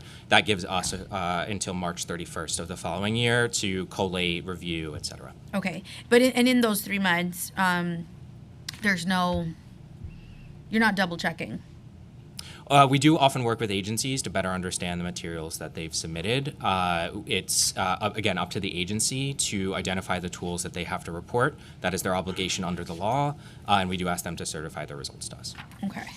Okay, well, I will ask the DOE about these particular programs separately. Sorry.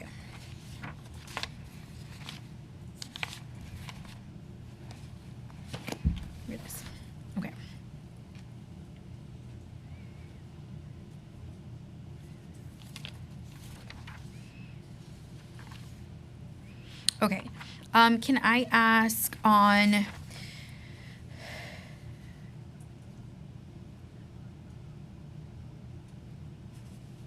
Okay, are you familiar if I utilize another tool referenced in the comptroller's report? It's the Qualified Exterior Wall Inspector by DOB.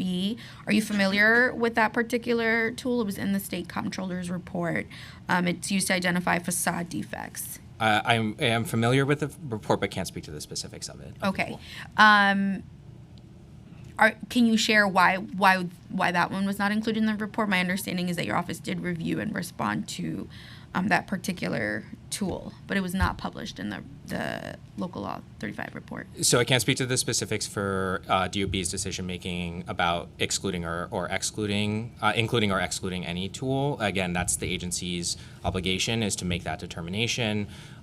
We, in general, will always advise agencies again to take a look at the criteria for Local Law 35, what needs to be included to meet those 3 criteria, and we provide them with that guidance. Okay.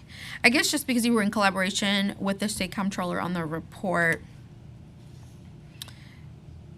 so we pulled these 2 examples from there where they were deemed that they are in fact using AI tools. Just curious, I guess, what is the next steps for you all after this hearing? If I'm saying I would love to understand why it was in the report and not in the comptroller's report and not in OTI's report. Is there something that happens now at OTI to go back to DOB and DOE to dig in a little bit more on whether or not these are actually meeting the criteria, if there was an issue, like what happens now? Sure. We do sometimes have conversations with agencies where we sort of talk about what tools they may have. Again, provide guidance with them on whether or not something seems to meet the definition of Local Law 35. But ultimately, at the end of the day, it is always the agencies who are required by law to report the algorithmic tools that they've identified. So that's their responsibility. Okay. But there's nothing that you all do after that disclosure is made, after they've said we've provided everything. There's nothing else that OTI can do to determine if that is actually 100% accurate. So, like I said, sometimes we do have backs and forths with agencies to better understand the submissions that they've done. But again, we ask agencies to certify that they're in compliance with the law, and so we accept that certification. Okay.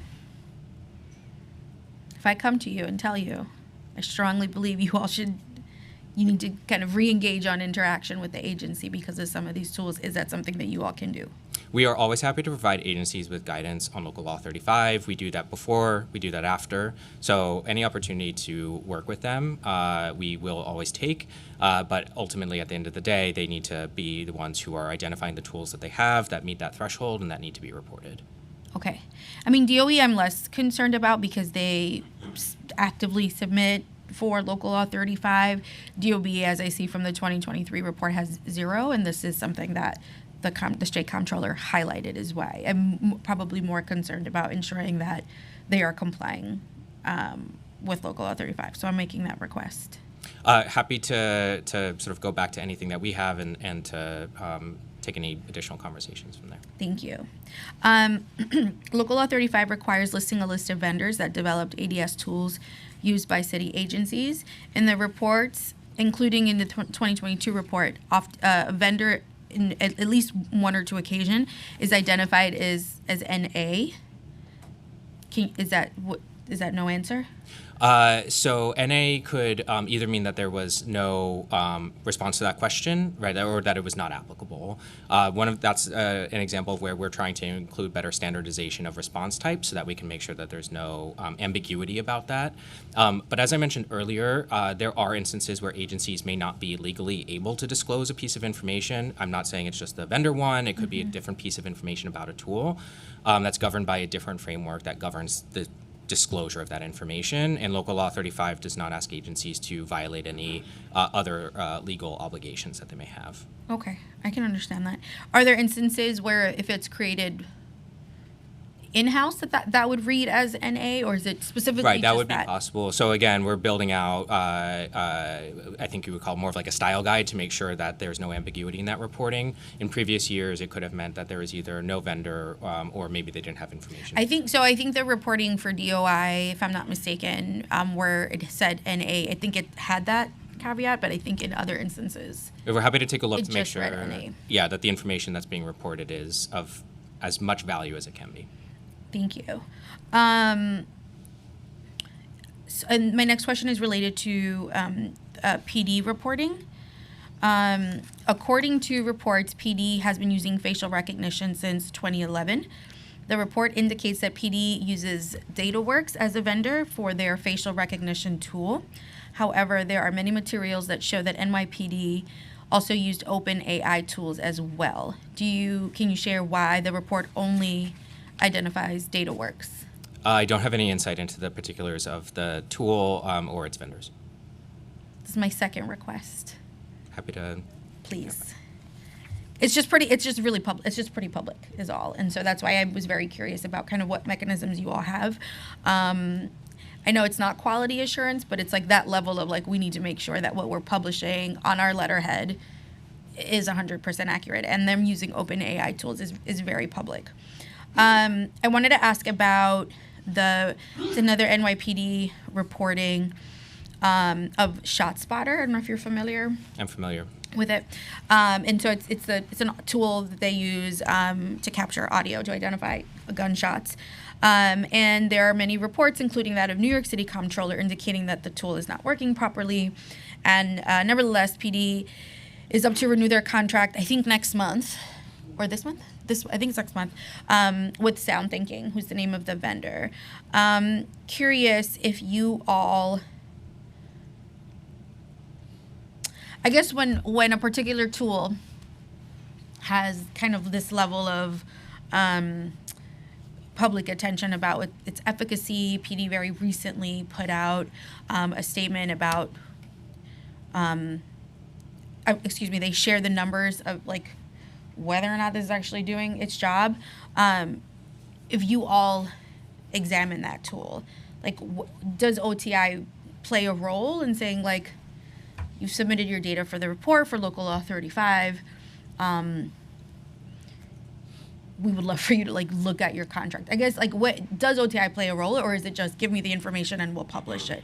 Kind of where is the communication? I mean, this is a tech, it's with PD, but it is a tech related contract. So what role does OTI play upon like learning of that information and the agency's future with that particular vendor, with that tool?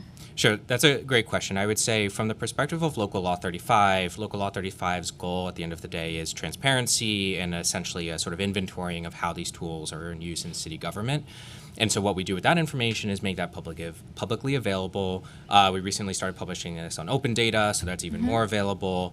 But it is there to sort of represent what currently exists and what was used within that calendar year.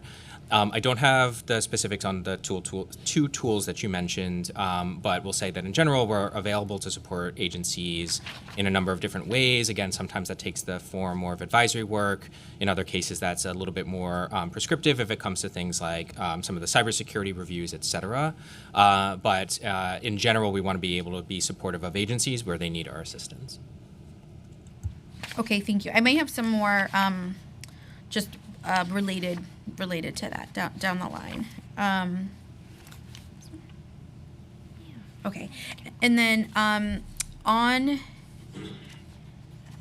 so this is Councilmember Powers' bill. Yeah.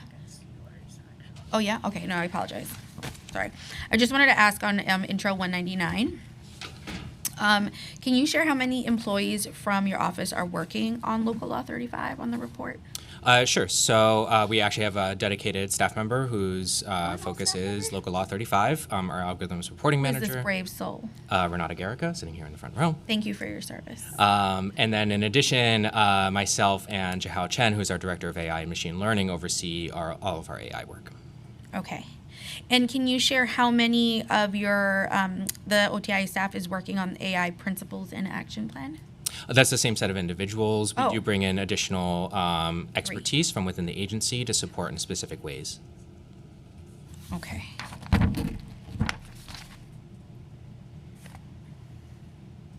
Okay. And then I know Councilmember Holden had raised questions about just filing a complaint about ADS or AI use. Do you all have a mechanism to share with the public about how, if a decision was made with AI or ADS, is there a mechanism to inform the public of that a decision was made using these tools for a decision-making process? Yeah, I so feel like some are more explicit, some are more public than others. Yeah, so there's two levels to think about that. At the higher level, that's again what Local Law 35 accomplishes by putting out there what the multitude of tools are that are involved in a decision-making process. So that's a sort of like aggregate level look, right? So that an individual. Yes, but we can have say, to wait till the spring. Yes, it does take a while to put together the report for agencies to I guess go like through in the real reports. time. So then on the more individual level, again, that's going to be something that is also tied into what existing agency policies or processes are there. So some of these tools are used and have been used for a long time and maybe built into existing agency business processes. And so there isn't a unified portal for these things because that may not be the right tack to be able to enable New Yorkers to better engage with their outcomes. Is there, and I'm sorry if I missed this in the action plan, but is there something covered in the action plan where, as part of guidance, agencies are required, encouraged, but to notify New Yorkers, specifically public facing? I know that there are there's some decision making based on the reports that is not necessarily public facing or creating decisions or matching right away, but is there something in the action plan already that exists in those instances where a New Yorker can understand what I submitted and the decision that I have now in my email is based off of a tool, is based off of ADS? Right. So there's definitely not a one-size-fits-all approach to what we would recommend for that. I think what we've done is built that idea of transparency, notification, that's built into our principles document under the transparency section, so giving agencies an idea of what it means to be transparent about those tools. Also part of our generative AI preliminary use guidance, where we also talk about notification, public notice, et cetera.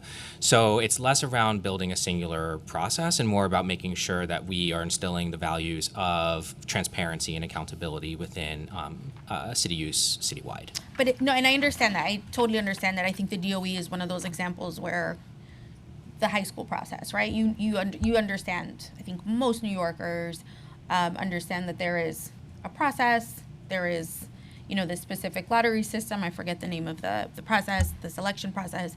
But there's YouTube videos on it. Like, we understand if you're a high school student and you're trying to get into one of these select high schools that this is the exact decision-making process that was utilized.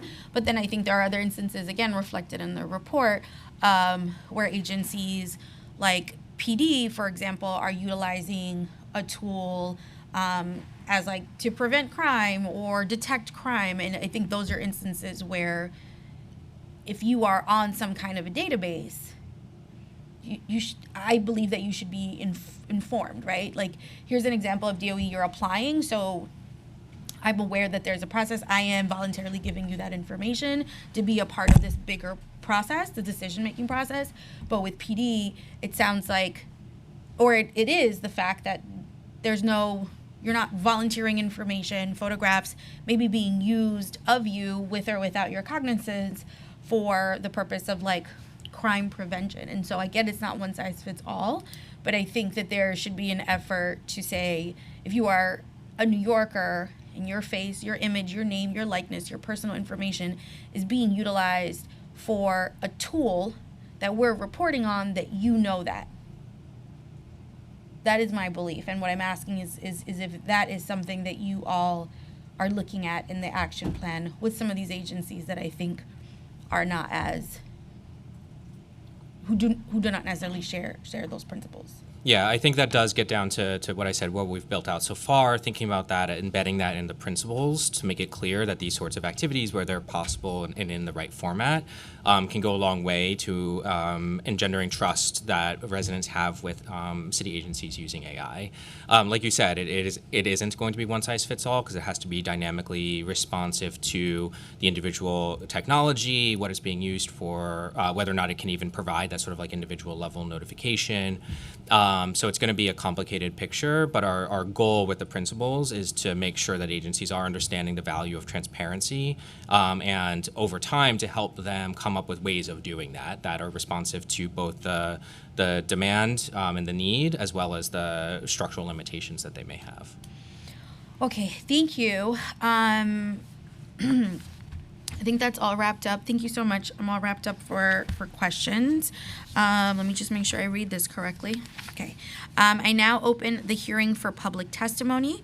I remind members of the public that this is a formal government proceeding and that decorum shall be observed at all times.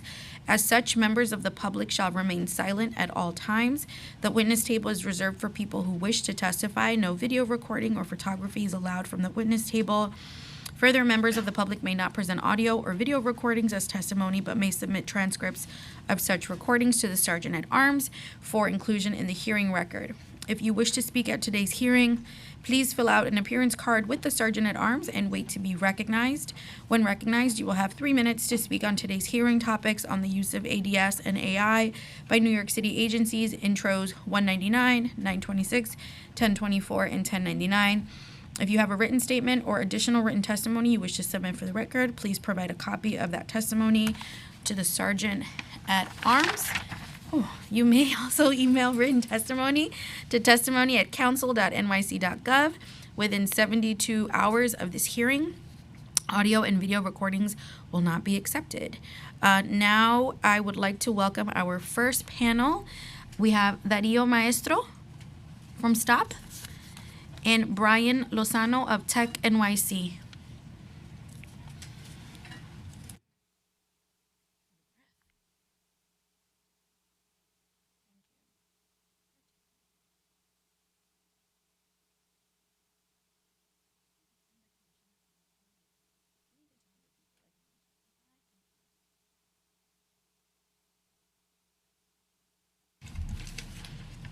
You can start when you're ready, and whoever can start.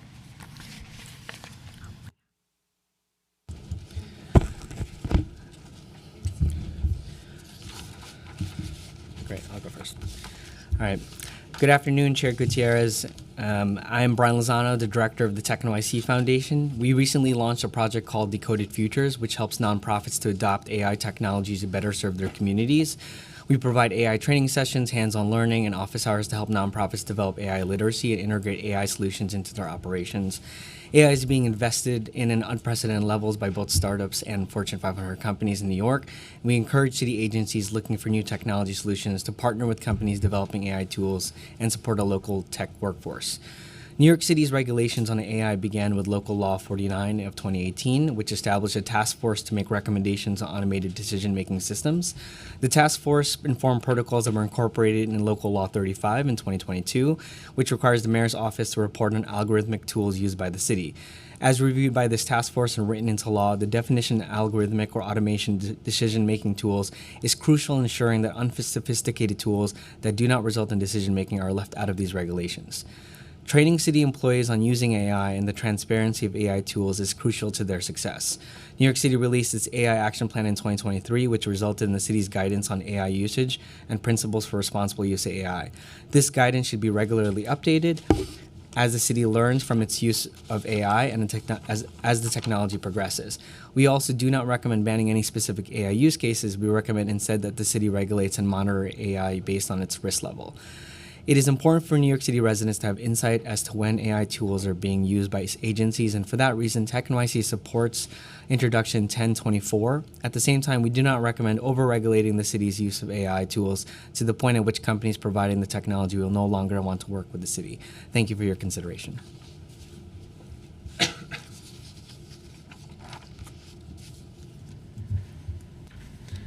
Good afternoon, Chair Gutierrez and members of the Committee on Technology. Thank you for the opportunity to testify before you today on this critical legislative package. My name is Dario Maestro. I am the Senior Legal Fellow at the Surveillance Technology Oversight Project, or STOP. We are a New York-based civil rights group committed to fighting privacy violations and the discrimination biases sometimes embedded in these new technologies, especially in artificial intelligence and automated decision systems. In our work, we have witnessed firsthand how these technologies can harm already marginalized marginalized communities by reinforcing existing patterns of discrimination, whether by race, gender, or socioeconomic status. That is why we welcome the introduction of a trio of the bills included in today's agenda, specifically Intros 199, 926, and 1024.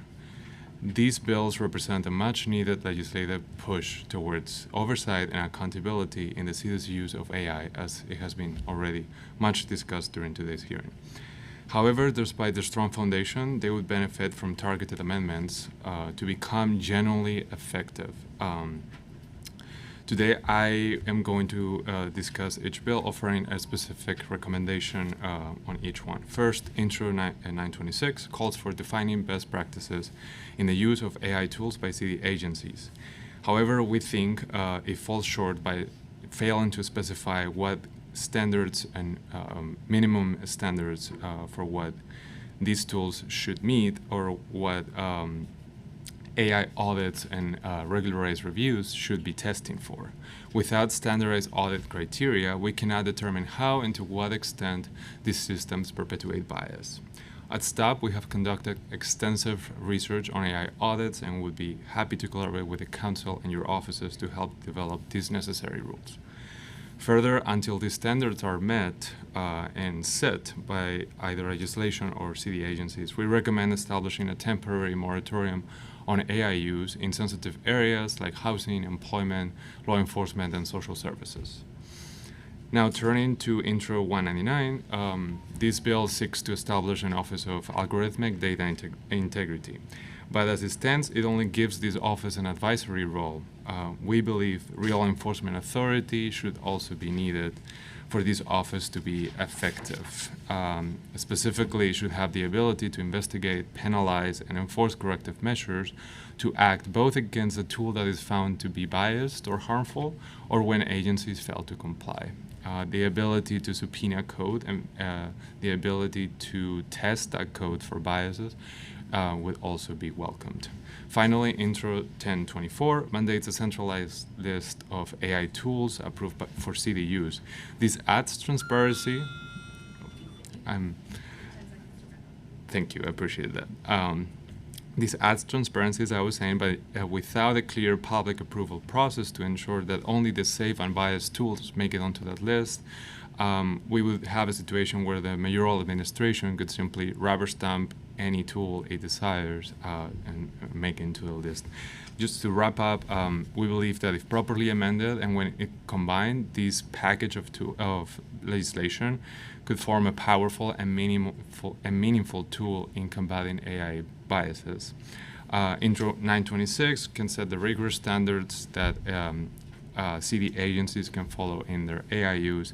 1024 would then function as a guardian, only allowing those tools that meet these standards to be used, and 199 would create the enforcement body that would make sure the AI systems comply with the standards of 926 and the approval process of 1024. We at STOP are ready to work with your offices and the Council to develop these important amendments and secure the strongest possible safeguards for all New Yorkers. Thank you. Thank you for the opportunity. Thank you. I have a couple questions. Brian, thank you for testifying. Just a question over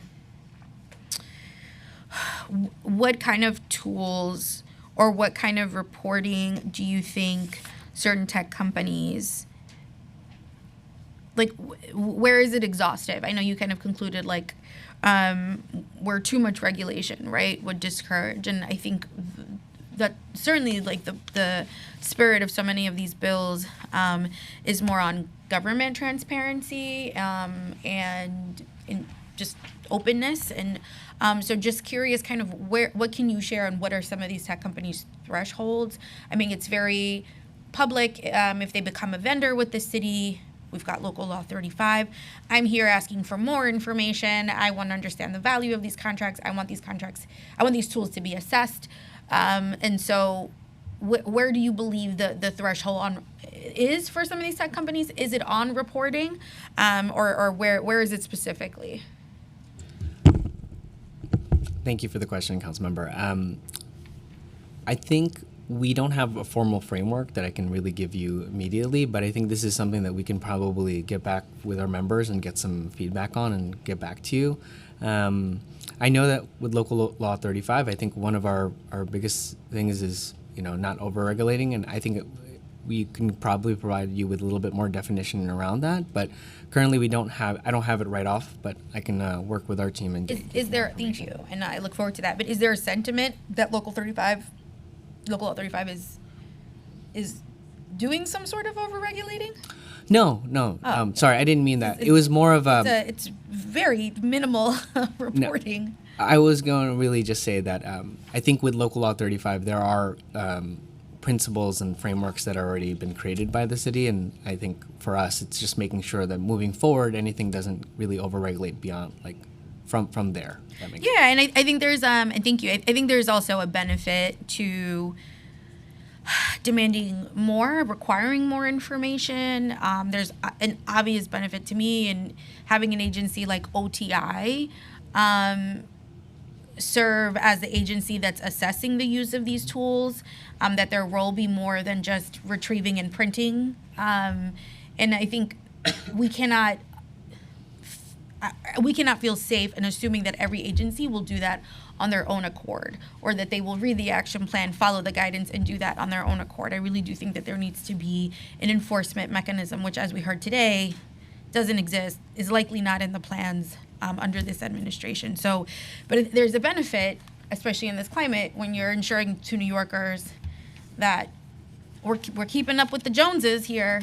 We just want agencies to do it responsibly, and we're going to communicate to every New Yorker how we're doing that and the benefit that they're getting, if any, or the impact. Yeah.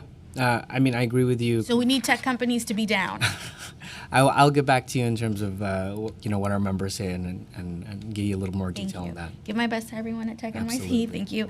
Dario, I have a question for you. Thank you so much for your testimony, and I know you didn't get to read it word for word, but I have it here. And we'll certainly be engaging with you, with STOP, on some of these recommendations. I agree with you on the recommendation for the Office of Algorithmic Data serving more than just an advisory role. I don't know. You were here the whole time. I don't know what you gather from testimony from OTI of kind of like where they feel their role is. What was said today versus like what I read in Executive Order 3. So just curious kind of where you think or what that pathway looks like, because we do need something with way more teeth. The Office of Data in other cities and other states have more of a role, and so just curious kind of what you think with this versus their action plan. Thank you for that question, and that's very pertinent to the testimony that we heard earlier from OTI. In fact, one of our concerns about 926 was that the bill relies too much on OTI, given the somewhat erratic record that the office has implementing local laws and regulations, specifically on AI systems, as we have heard today. So we generally support the creation of the Office of Algorithmic Data Integrity. We recognize that there might be an overlap of functions that they might need to be sorted out between the offices, and that establishing a new office within the New York City government might take time. However, we think it's a great opportunity to rethink what enforcement looks in regulating these new technologies, and that's why the introduction of this bill and perhaps a targeted amendment that would give it the enforcement teeth that we were talking about earlier, with the ability to examine the code and take corrective action against tools that have been developed by vendors and are not driving the desired results in the use by city agencies, or are, like we heard earlier, there was a tool that was implemented and was giving false information, completely invented, information to the residents of New York. What we want to avoid is that, and this office would be the perfect opportunity to start giving the New York City government the tools it needs to check with the vendors and make sure that we're delivering the results that we need. Thank you both so much for your testimony and for sticking it out. I'll call the next panel up. We have Christopher Leon Johnson and Liliana De Luca.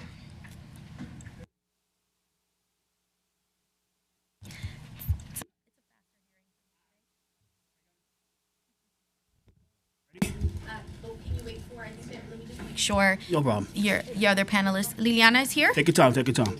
Okay. Take your time. Take your time, please. Take your time. Take your time. Let me just go through.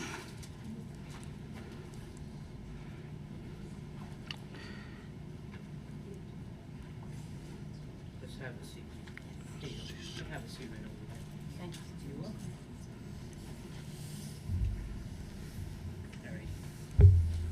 there. Ready? Yeah. Hey, hello, good afternoon. My name is Christopher Leon Johnson, and by the way, Jennifer, congratulations on your pregnancy. Congratulations. I mean, Maternal Health Month, right? We're still in it? I think so, right? But congratulations on your pregnancy, by the way. All right, so I'm going to speak on behalf of artificial intelligence inside city agencies. I'm really, it's okay. Look, I know this is going to go through with all these bills, but we need to do more testing about artificial technology because, look, AI is flawed. If you ever use Grok, anybody on Twitter or X use Grok, there's a lot of discrepancies with Grok. There's a lot of discrepancies with Meta AI. If you ever use Meta AI, there's a lot of discrepancies. And I mean, we need to do more tests about this. Do more tests, guys. We need more tests about AI and city agencies because this could help people, but at the same time, it could hurt a lot of people too if you don't use it correctly. Because remember, we're all human beings here, and we can never let technology decide our lives and decide who gets what and who doesn't get what, because it could always mess up. And I think very soon that it's gonna bite everybody in the butt, and we're gonna be in lawsuits. The city's gonna be in big lawsuits because of artificial intelligence. Like I said, we need to do more tests about this before we implement this stuff. The public input is really needed. We need more public input in all 5 boroughs, especially the inner districts, because they need to be more educated about artificial intelligence because they don't know. I mean, I know all the rich communities know about AI, but the impoverished communities don't know about artificial intelligence and automated systems and Chat GPT and Chatbot and Meta AI and Grok. If you want Twitter X, pay $80 a month. You can go on get Grok. Okay, they don't know anything about this, and what's going on is if you try to apply for a job, they use this stuff to know about people instead of Google search. So, and one more thing is, look, we have to start pushing for more AI candidates for office. We need to have I know it's kind of dystopian, but we need to add 2 positions in the city council for artificial intelligence candidates. We need AI elected officials too. We need AI elected officials to represent people, represent the whole city. That's what I gotta say. And that's all I gotta say. By the way, about the end of here, and congratulations on your pregnancy. All right.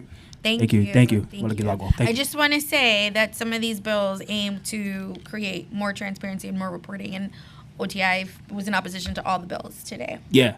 Okay. All right, no problem. Yeah, I understand, but we need more transparency. But no, absolutely. Yeah. Agreed. That's the purpose of the bills. Thank you. I got to go to the labor hearing. Do All right. your thing. Thank you. Thank you. And then I have Mr. Luca, right? Liliana? Yes. You can. If you could just turn the mic on if the light is red, it's on. Okay, thank you.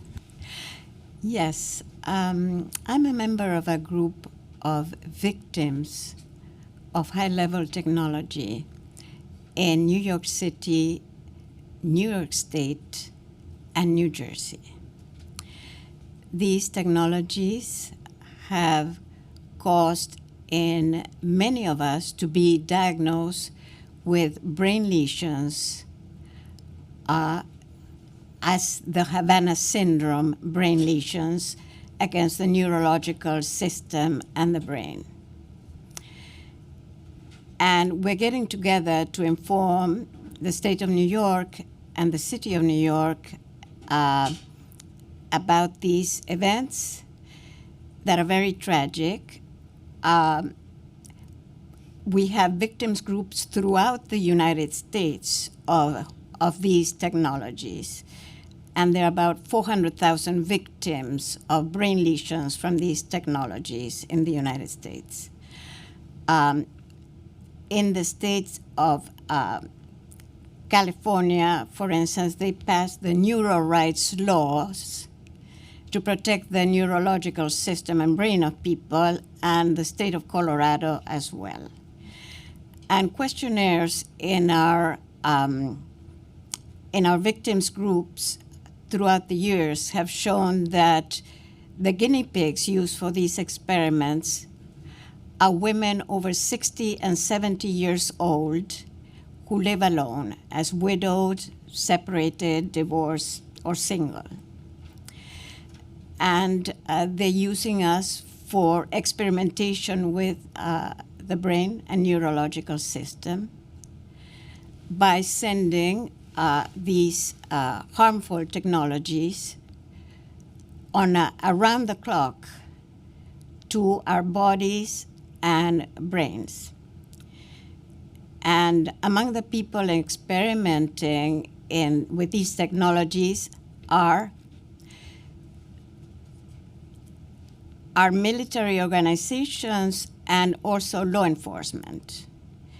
And the United Nations, where I worked for 25 years, has protected the victims with the reports of cyber torture that are committed against victims with technology.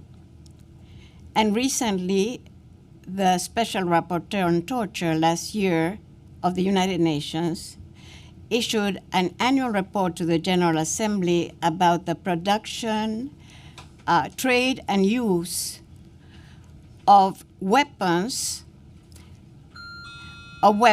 by law enforcement to torture people. Mm. So the UN is very well aware of that.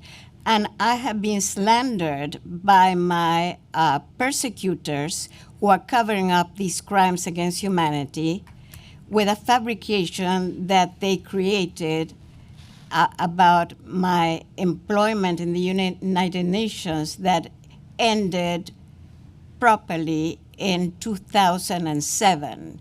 This is 16 years ago. So that, Luke, I'm sorry to interrupt. Do you have any position on any of the legislation that we heard today? Yes, that I support what Member Palladino said. Okay. I support what Dario said. Okay. I think that this is very harmful because people are getting brain lesions. Thank you. And we have a package of information to bring to the council members. We would like to get your mailing address, phone, and email address. We can share it with you. We can share it with you. I shared it at the beginning of the hearing. It can be shared to testimony@council.nyc.gov. We can write it down for you. Excellent. Thank you. Because I have to move on to the next panel, Mr. Luke. I'm so sorry. I'll finish. We have a letter to all the authorities that want to know about the consequences of these experiments, human trafficking people, especially older women. We have a press release. Okay. And we have links supporting from the government, information from the government about this. You got it. Okay. Thank you. We'll give you we'll write it for you so you can email it. Thank you so much for testifying, Mr. Luke. Oh, he's got it for you. Thank you. Thank you. And now I want to turn to our witnesses joining us via Zoom. The next panel we have is Daniel Schwartz and Theo Chino. And if we could start with Daniel, if they're here. You may begin. If not, let me me see. Daniel? Laptop. Hi. We see you. You may begin. I'm sorry, my laptop just acted up. Thank you very much. My name is Daniel Schwartz, and I'm testifying on behalf of the New York Civil Liberties Union. The legislative items in front of the committee, intros 199, 926, 1024, and 1099, laudably attempt to tackle the issues and harms arising from government use of AI. Unfortunately, these bills would not create the necessary protections and fail to deliver on their stated goals. They risk entrenching ineffective regulation by lacking clear requirements and sufficient coverage.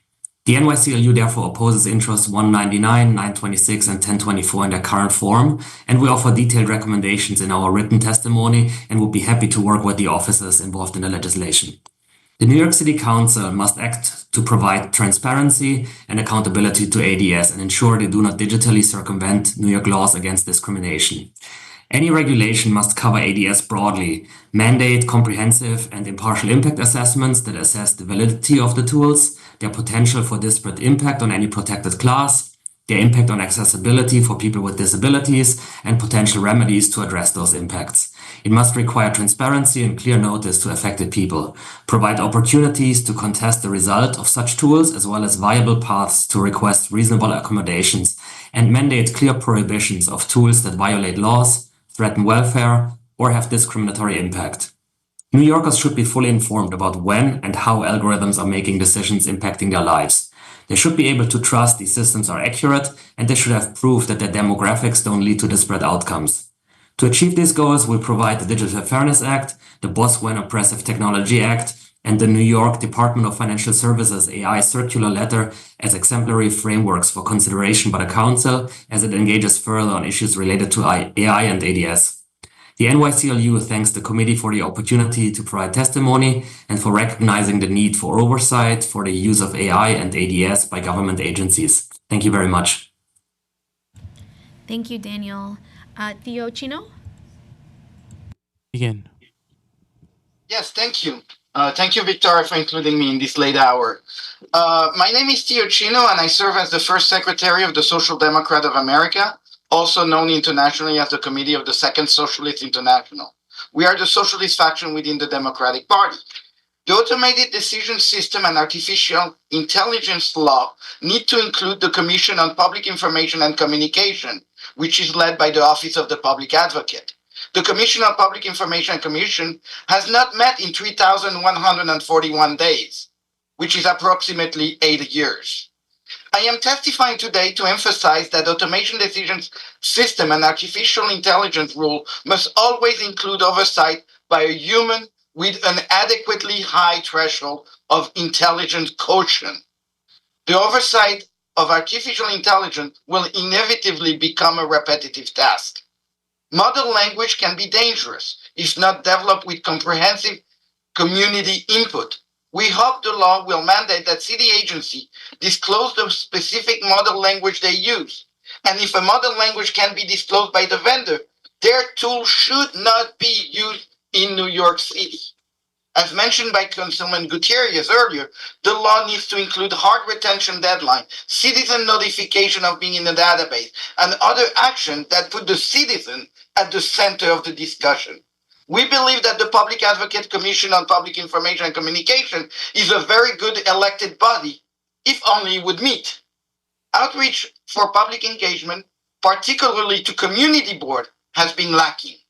For example, there is a long-standing hacker group called 2600 that has been meeting since 1980 at the Citigroup Center on every first Friday of each month. The government of Germany include their local computer hacker group in decision-making. Why is New York City not engaging with this type of activists?